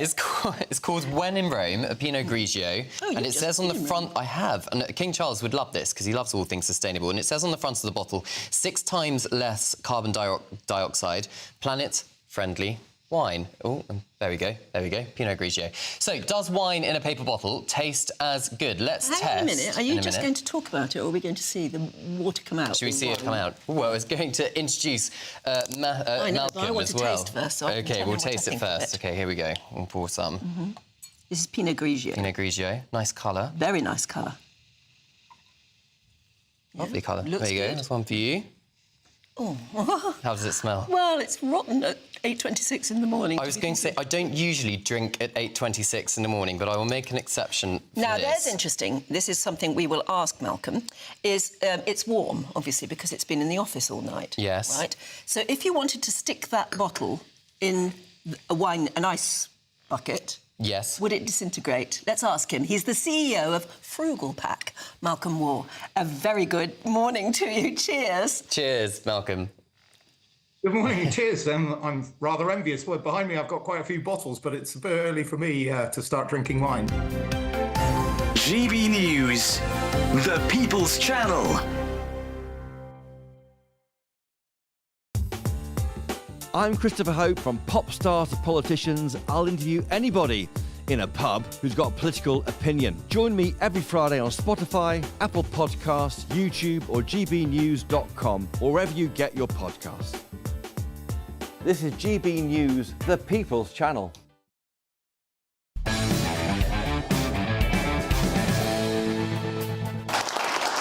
Welcome back to Free Speech Nation. A report this week by His Majesty's Inspectorate of Constabulary into last summer's riot sparked by the murder of 3 young girls in Southport has concluded there was no link to the far right. That's despite the Prime Minister saying this in August. I won't shy away from calling it what it is. Far-right thuggery. OK, so the report said, during our inspection, we found no conclusive or compelling evidence that the 2024 disorder was deliberately premeditated and coordinated by any specific group or network. Most people who took part in the disorder lived locally. I'm now joined by the Director for Free Speech Union, Toby Young. Hello, Toby.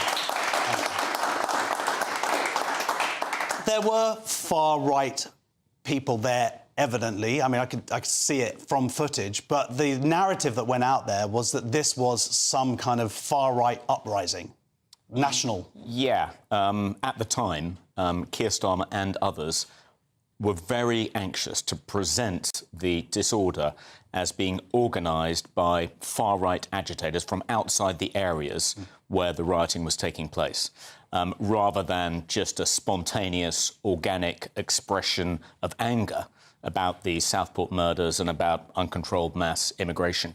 And part of that official narrative was it's the far-right spreading misinformation as well, which is prompting these outbreaks of disorder. Nothing to do with actual discontent, public anger about the government's failure to control immigration and protect our borders. No, it was just the far-right manipulating credulous, ordinary people, which was, as we now know, nonsense. And I think it's quite important because one of the consequences of that particular narrative being spread by the Prime Minister on down was that Muslims in these communities became convinced that these far-right political agitators were moving into their areas to try and launch attacks on mosques and local Muslim community centres. I mean, a mosque was attacked. A mosque was attacked, yeah, but it wasn't organised by people from outside the area. I mean, this report makes that clear. But these Muslim community groups, having been persuaded by the Prime Minister that these outside agitators were coming into their areas and organising attacks on mosques and community centres, they began to organise sort of counter-mobs and actually participated in rioting themselves. Taking up arms. Taking up arms. People were attacked. I believe there was a man who had surgery afterwards, who was in a beer garden. So you could argue that Keir Starmer actually was guilty of spreading harmful misinformation, which the government has made an offence under the Online Safety Act. It's now it's called the something like the false communications offence, and the maximum penalty is 2 years. If you're found guilty of deliberately spreading misinformation, which you know to be false and which causes harm, then you can go to prison for 2 years. I think at the very least, 6 police officers should turn up at 10 Downing Street and haul Keir Starmer down to Scotland Yard for an 8-hour interview. Yeah. Do you think he's got a lot of Douglas Murray books? I don't think he probably doesn't have many Brexity books, no. So I mean, he might get it off. wasn't just Keir Starmer. There was a narrative online that spread the Hope Not Hate, the leader of that organisation. He put out a tweet, misinformation about someone, a Muslim woman, being a victim of an acid attack.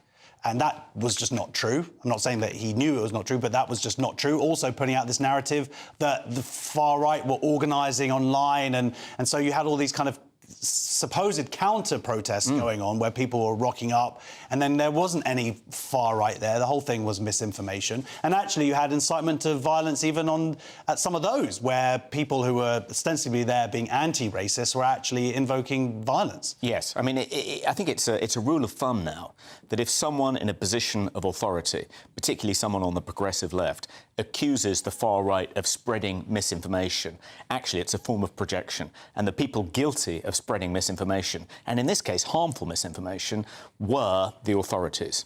And I mean, the other thing is, I guess, is that having this bogeyman in a way, as to be able to put all of the focus onto, as opposed to looking at some of the real issues and because there were people out there who were out there protesting, just genuinely protesting, not rioting, but out there in frustration from what they've seen, and with various issues, including migration, but also they're mourning this terrible tragedy.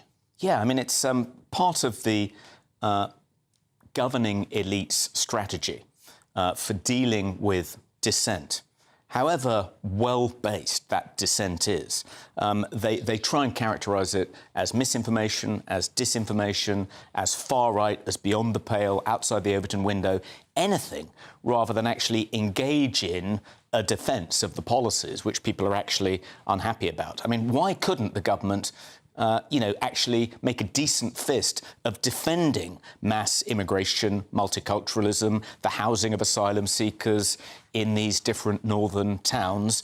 Why not actually come out and defend the policy instead of just trying to castigate anyone who challenges it as a kind of far-right agitator who deserves to be sent to prison? Do you think that narrative is working anymore?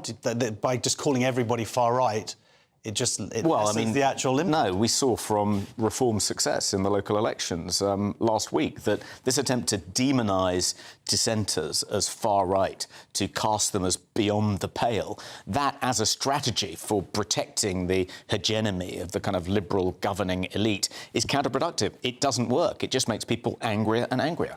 Yeah, well, your organisation, Free Speech Union, is involved in a plethora of cases, some of them reaching national attention at the moment. I think probably the biggest one is connected to what we're talking about, is Lucy Connolly.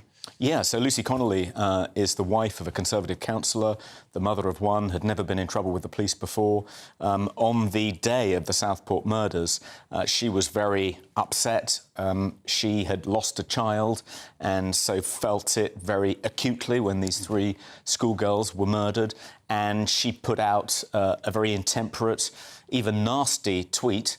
And she then went for a walk, had second thoughts, came home, deleted it. It was only up for a few hours, but long enough for her to be reported to the police. She was arrested and charged with intentionally stirring up racial hatred, and I think rather unwisely pled guilty. The Free Speech Union were in touch with her and we advised her to plead not guilty, but I think she'd been given the impression that if she pled not guilty, she'd get quite a light sentence. She'd be home in time for Christmas instead of kept on remand for months while she was awaiting trial. So she pled guilty and she got 31 months. Now, some of the people who led the Muslim mobs participating in the riots. There was one particular man who attacked a pub, led a kind of baseball bat-wielding mob. There were terrified women and children in that pub. A man outside the pub was beaten up. He got 20 months. So Lucy Connolly, who just tweeted something, got 31 months. Even someone convicted of being a member of a rape gang, convicted of sexual assault against a child, got 30 months, 1 month less than Lucy Connolly, when all she did was tweet. So we're helping her appeal her sentence, which we think was way too harsh, and the appeal's being heard at the Royal Courts of Justice next week on Thursday. We're going to be there, the Free Speech Union staff holding up placards saying, "Police our streets, not our tweets." So people can come down. People can come down and protest outside the RCJ. There's another case that's also going on. Well, first of all, we just saw something, it's been in the news today, about the retired police officer. That story is insane. That's insane, yeah. I mean, what he tweeted doesn't come anywhere close to being a criminal offence. And he's protecting Jewish people. Ex-special constable for Kent Police. You would have thought they would have cut him some slack. But no, 6 police officers turn up on his doorstep, ransack his house, make disparaging remarks about the books on his bookshelf, even say something seemingly pretty heartless about his daughter who died in a hit-and-run accident 15 years earlier, hauled him down to the station, imprisoned him in a cell for 8 hours before letting him go. And they only let him go when he agreed to accept a caution, because he was worried if he didn't, he'd get a criminal record and he wouldn't be able to visit his other daughter who lives in Australia. I mean, absolutely shocking case. And the police have now admitted that it was a mistake. They've deleted the caution, and I think this morning the Chief Constable of Kent Police called him to apologise. But that's not good enough. The police need to be sued for... It's taken 2 years and a Telegraph story before they bothered to apologise. They need to be sued for wrongful arrest and for depriving him of his liberty. And so the Free Speech Union is going to help him bring that case against Kent Police. We've just launched a crowdfunder to cover his legal expenses. If anyone wants to donate, go to freespeechunion.org and you'll be directed to it's called Julian Fuchs, his fundraiser. But we hope we can get him some substantial compensation, which is nothing less than he deserves. Do you think the police are going to learn their lesson? Well, I think the only way... These cases just keep on happening. The only way they're going to learn is if you successfully sue them for wrongful arrest and they have to pay out tens of thousands of pounds to the victims of these witch hunts. Then maybe they'll think twice before doing it again. Yeah, and another case that we also mentioned earlier in the show is the person who's volunteering for the train stations, who's like a doctor train station, and then they've said, no, we don't want to be part of it. Matthew Toomer, I mean, another member of the Free Speech Union, another Free Speech Union case. Absolutely extraordinary. You know, a gay man who is volunteering at a railway station because he loves trains and wanted to make sure that Redditch Station was well kept up. And, you know, he asked a perfectly innocent question about whether the Progress Pride livery that you know, West Midlands trains had been kind of festooned with. I mean, they were all completely repainted. I mean, he was just like, is this just going to be for Pride Month, or is it going to be year-round now? You know, and why do you feel you ought to kind of virtue signal in this way? Not everyone actually, even gay people, some of them have reservations about the Progress Pride flag because it seems to endorse the entire trans agenda, and lots of people, you know, regard themselves as part of the LGB community, but not the T community as well. Well, they consider the T element of it actually homophobic because it seeks to redefine being gay as same-gender attracted as opposed to same-sex attracted. So his asking that question wasn't homophobic. It wasn't because he's a bigot. It was a perfectly proper, legitimate question. But just for asking that question, he was told his services were no longer required. Go home, don't come back. Your values, they conflict with ours. I mean, absolutely incredible. What about the value of free speech? What about the value of open discussion? What about the value of not penalising people for asking perfectly legitimate questions? Well, said they've some social media posts that don't ally with their ideologies, but then they weren't able to identify what they were. They were probably horrific stuff like men and women cannot change sex. I mean, that can get you into trouble, as you know, Josh. Quite an extraordinary story. And we're hoping to persuade West Midlands Trains to let him come back and continue to keep Redditch looking nice for commuters. Absolutely. Well, anyway, lots going on. And, of course, as we've mentioned a few times, but if you want to support what you're doing at Free Speech Union, I'm a member. I've got many cases that I need to speak to you about personally.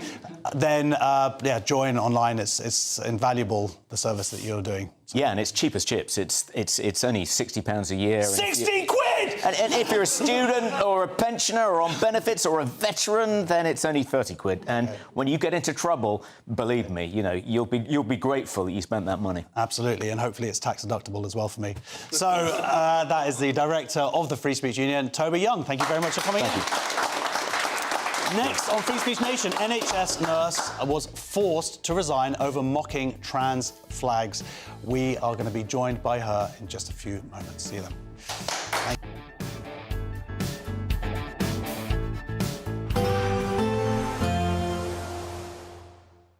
Dinner under the stars tonight? That reminds me of our travel insurance. You mean all clear skies? All Clear Travel Insurance sponsors GB News travel destinations forecast.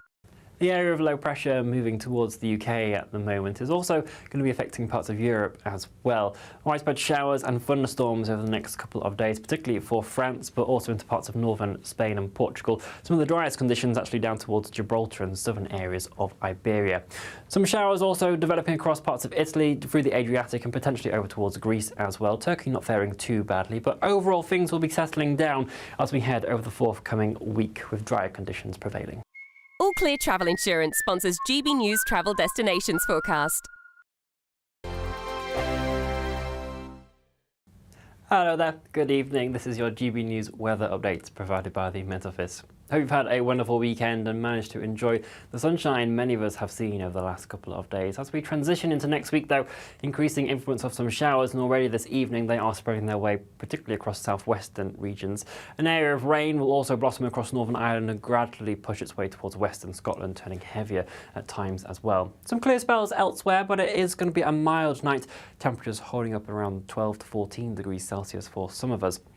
It'll be a little bit cooler and fresher out towards the east and the north, and there will be some low cloud, perhaps even fog, lingering around coastal areas of the far northeast of England, but primarily Scotland. This will burn back during the day, but the Northern Isles could see it linger throughout a good portion of Monday. Rain still in play across western Scotland to begin, this tending to ease, but outbreaks could linger for parts of eastern Northern Ireland and the Isle of Man as well. Later on into the morning and into the afternoon, we are going to see showers developing more widely across England and Wales. Focus for some of those heaviest ones to really start developing around the London region and then spread their way through the West Midlands to parts of Wales, Cheshire, also northern coasts of Somerset, Devon and Cornwall, potentially seeing some heavy thundery downpours. They will be hit and miss. Not everyone is going to see them, but where they do occur, torrential downpours and localised flooding is possible. If you miss them, though, temperatures climbing towards 25 degrees Celsius will feel very warm. Our area of low pressure that's bringing those showers will gradually drift its way southwards on Tuesday, so increasingly they are going to become confined to southwestern regions. There will still be some cropping up over the course of the day, and again, some very minor flooding is possible where we do get some torrential downpours, but central northern regions really seeing plentiful amounts of sunshine. A touch of cloud still lingering across the far north of Scotland, but the outlook for the second half of the week is for sunshine to really be the main dominating factor for many of us. Enjoy the rest of your evening. Bye-bye. Good Afternoon Britain isn't just about us. The wonderful thing about this programme is it's about everyone watching. It's an interactive programme. Well, there absolutely is something to see here, and we're going to be talking about it more. Whether it's breaking royal news, please bring us up to date, or indeed a particularly punchy speech in the House of Commons. Very, very curious. We bring it to you live, and then we bring you live reaction as well. That's Good Afternoon Britain, weekdays from midday. Only on GB News, the People's Channel, Britain's news channel. From the school run to the home run, watch a new show for all of Britain. He can say whatever he wants. A straight talking show where all voices are heard. And, you know, when are we going to stop talking about smashing the gangs and actually do it? With the stories that matter from every part of our country. There's a bit of a crash landing there for your Chancellor. Bold, fearless and standing up for you. That's me, Martin Daubney, 3 p.m. till 6 p.m, weekdays, here only on GB News. The People's Channel, Britain's news channel.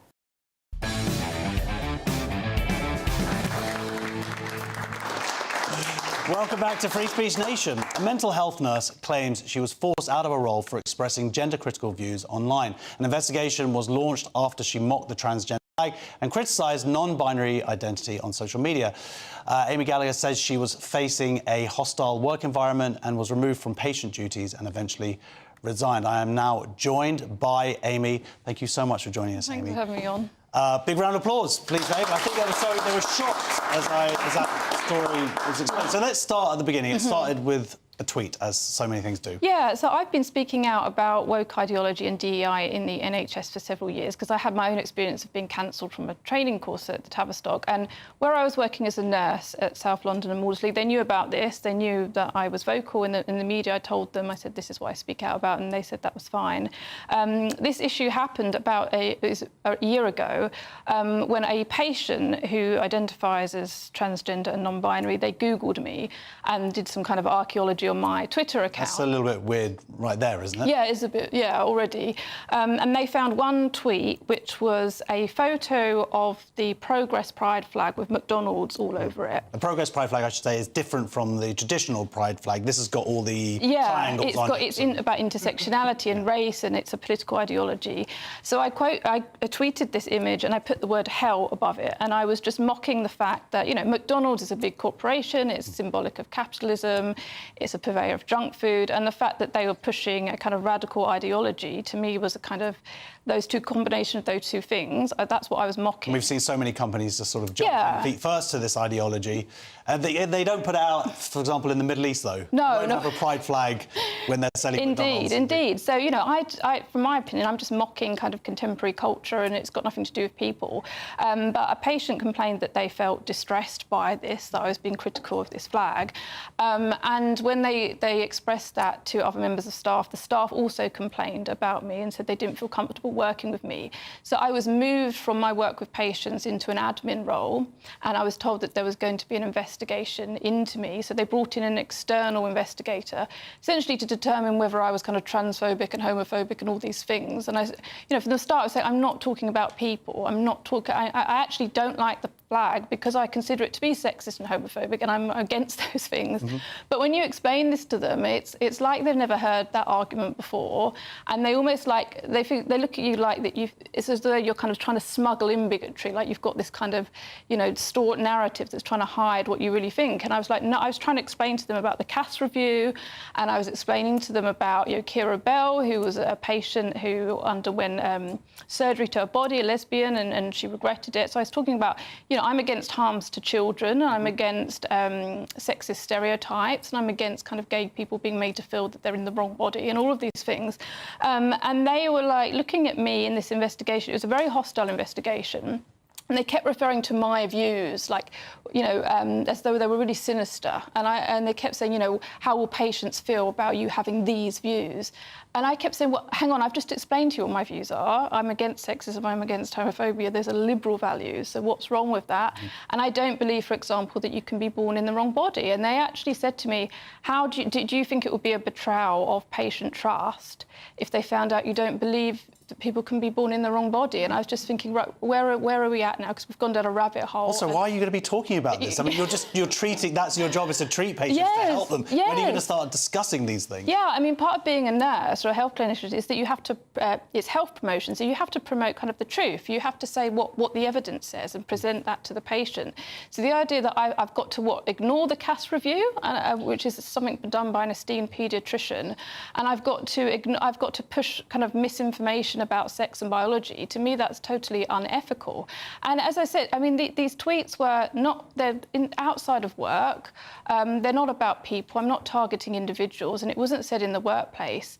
But they still felt the need to investigate me. And then when they met with me, and I just explained kind of all the things I've said to you now, and I was waiting for to me, it felt like it was going in the direction of that, if I was found kind of guilty in this investigation process, I could lose my registration. So I decided to fight back through making a legal claim against them, discrimination on the basis of gender-critical belief.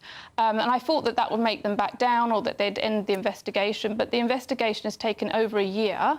So I've only just found out recently that they're not continuing with it. They said too much time has passed and we're not going to continue. And how much taxpayer money went on this investigation? Yeah, exactly. And I've spent the last year not knowing what the outcome is. So process is the punishment. Yeah, it really is, and it's just been really difficult. And you know, we've had recent wins like the Supreme Court ruling and various other legal cases that have essentially just backed up what I was saying. So hopefully, I'm still pursuing legal action against them, but hopefully because of these recent wins, I'm fingers crossed I'm going to be successful, because you know, there's been a lot of legal cases recently where people have been expressing gender-critical views and they're winning.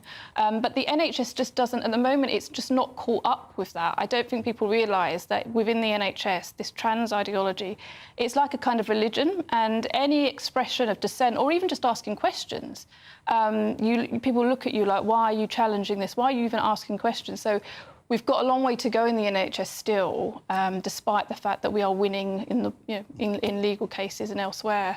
So, yeah. All right, well, good luck with the case, and people can donate money to help? Yeah, so I'm raising money to fund this legal case. So if you Google Crowd Justice Amy Gallagher, it should come up. And the website is www.crowdjustice.com/case/Amy -fight, but if you just Google Amy Gallagher Crowd Justice, you should find it. So yeah, hopefully we're confident that we're going to win. It's many institutions. It's not just the NHS. And I guess it is only going to be, and we were just talking to Toby Young about this, but it's only going to be sort of being able to pulled out by the roots by financial recompense. Hopefully the NHS will realise they can't keep doing this because it's going to cost them. Okay. Well, the Tavistock and Portman NHS Foundation Trust have not commented on the story, but on its equality section of its website, it says, we are committed to the elimination of discrimination, harassment and victimisation and the delivery of all our services. We seek a culture that promotes equality and meets people's mental health needs. Amy, thank you so much for joining us. Thank you. Next on Free Speech Nation, what is going on here?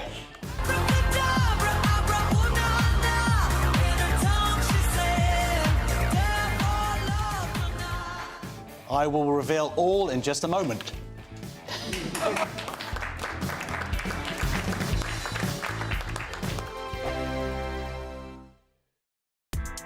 Join me, Nana Akweer, for an informative, interactive news programme with a difference. It's fun.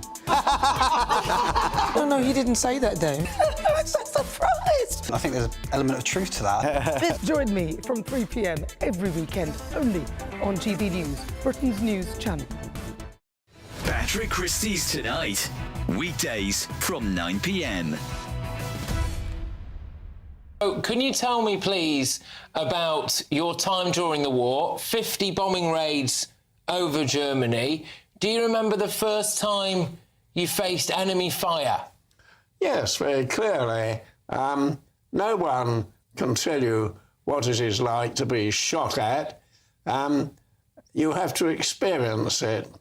And on my very first occasion, which was a raid on Hanover, we came under anti-aircraft fire. I have to tell you right from the outset that German anti-aircraft fire was very accurate, it was very lethal, and of course it was linked to radar, so they always knew where you were and where they expected you to be when the shells arrived. Well, we were naive, we were inexperienced, and as I say, nobody could tell you what it's going to be like. You have to experience it. You must be very proud of what you did during the war and ultimately helping to save Britain from the Nazis. No. If you're looking for a hero, and I'm certainly not a hero, you must look at the boys that flew the heavy bombers, the Halifaxes and the Lancasters, because they flew much, much more slowly. Loaded, I think, somewhere under 200 miles an hour. GB News, the People's Channel.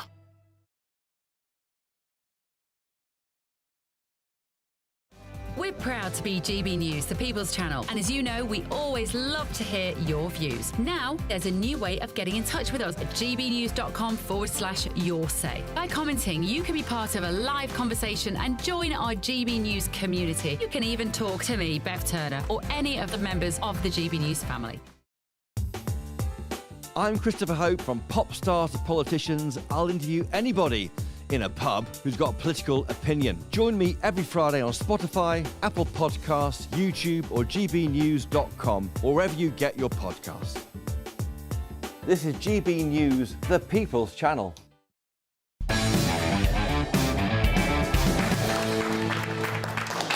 Welcome back to Free Speech Nation. We've been having a great chat while we were on the break there. So it's time now for Social Sensations, the part of the show where we look at what's been going this week viral on social media. First up's this video, by the way.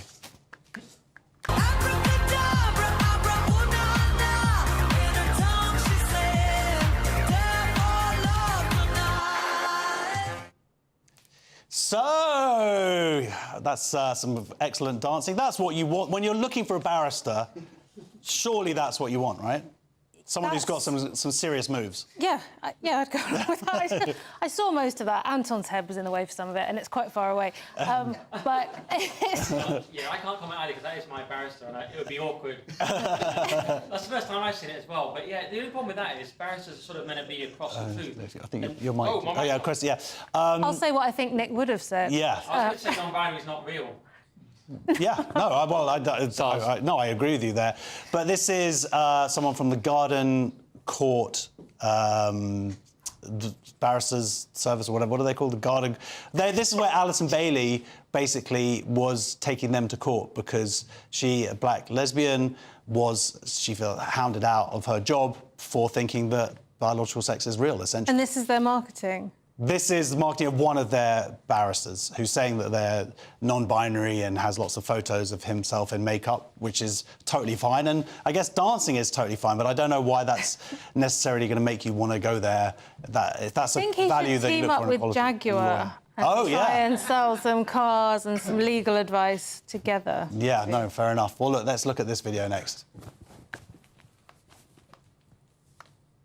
Okay, what I've got here in my pocket. I've got a Zimio. Okay, so this is the Public Order Act 1986. Okay, Chapter 64, Section 5, harassment, alarm or distress. Displaying... Okay. Yes, that's it there. I know what Section 5 Public Order Act. Yeah. That's what I'm saying. So, anyone here says that they're offended by what you say, but we're just here to prevent any offences, prevent a breach of peace. It doesn't mention offence. So, Nick, this is an interesting clip. This is there's Billboard Chris. This is, I guess, the sort of the English-British version. And just the police not seemingly knowing the law.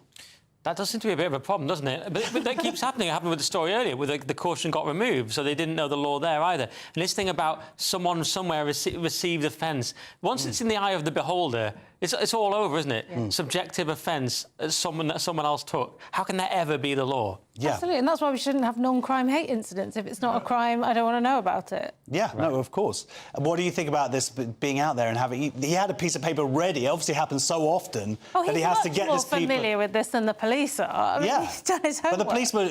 But I guess through ego, he wouldn't back down. He's like, no, we're going to go and talk about it. And it's like, no, offence is... given, not taken, taken, not given. I completely agree, and I almost feel sorry for the police in the video because they're going to be embarrassed, aren't they? Yeah, OK, well, look, very quickly, we're going to do this video. Babe, can I go out with my friends tonight?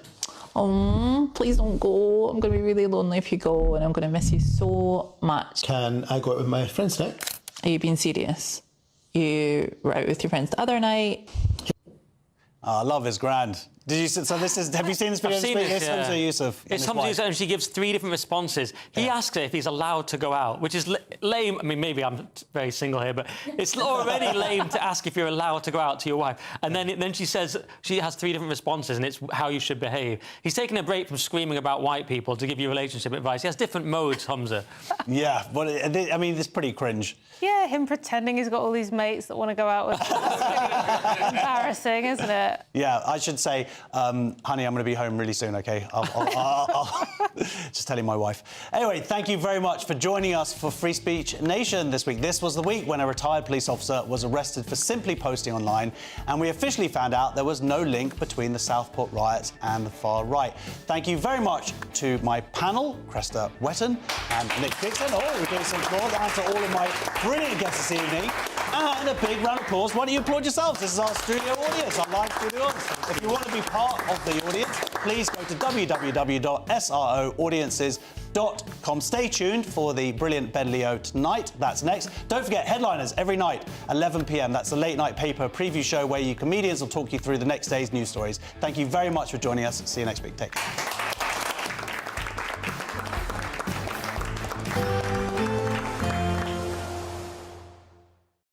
Expect a warm front, moving from the kitchen right through to the rest of the house. Boxed Boilers, sponsors of weather on GB News.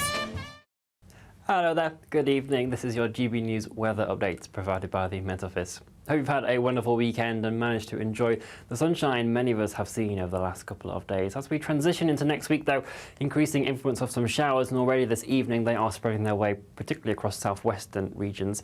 An area of rain will also blossom across Northern Ireland and gradually push its way towards western Scotland, turning heavier at times as well. Some clear spells elsewhere, but it is going to be a mild night. Temperatures holding up around 12 to 14 degrees Celsius for some of us. It'll be a little bit cooler and fresher out towards the east and the north, and there will be some low cloud, perhaps even fog, lingering around coastal areas of the far northeast of England, but primarily Scotland. This will burn back during the day, but the Northern Isles could see it linger throughout a good portion of Monday.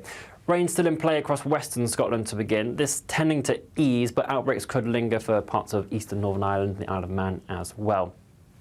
Later on into the morning and into the afternoon, we are going to see showers developing more widely across England and Wales. Focus for some of those heaviest ones to really start developing around the London region and then spread their way through the West Midlands to parts of Wales, Cheshire, also northern coasts of Somerset, Devon and Cornwall, potentially seeing some heavy thundery downpours. They will be hit and miss. Not everyone is going to see them, but where they do occur, torrential downpours and localised flooding is possible. If you miss them, though, temperatures climbing towards 25 degrees Celsius will feel very warm. Our area of low pressure that's bringing those showers will gradually drift its way southwards on Tuesday, so increasingly they are going to become confined to southwestern regions. There will still be some cropping up over the course of the day, and again, some very minor flooding is possible where we do get some torrential downpours, but central northern regions really seeing plentiful amounts of sunshine. A touch of cloud still lingering across the far north of Scotland, but the outlook for the second half of the week is for sunshine to really be the main dominating factor for many of us. Enjoy the rest of your evening. Bye-bye. Expect a warm front, moving from the kitchen right through to the rest of the house. Boxed Boilers, sponsors of weather on GB News. You could be the next big winner on the road in this brand new Alnag Baron 560 motorhome, courtesy of Marquis Leisure. Imagine the fun you could have in this luxurious home from home worth over £67,000. We'll also give you £5,000 in tax-free cash to make your next getaway a great one. And it could be all yours. For another chance to win the lot, text WIN to 63225. One entry costs £2.50 plus one standard network rate message. Or text bonus to 63225. 5 entries cost £5 plus one standard network rate message. Go to gbnews.com/win. Entries start at £2.50. Call 0903 686 3232. Calls cost £2.50 plus your network access charge. Or post your name and number to GB13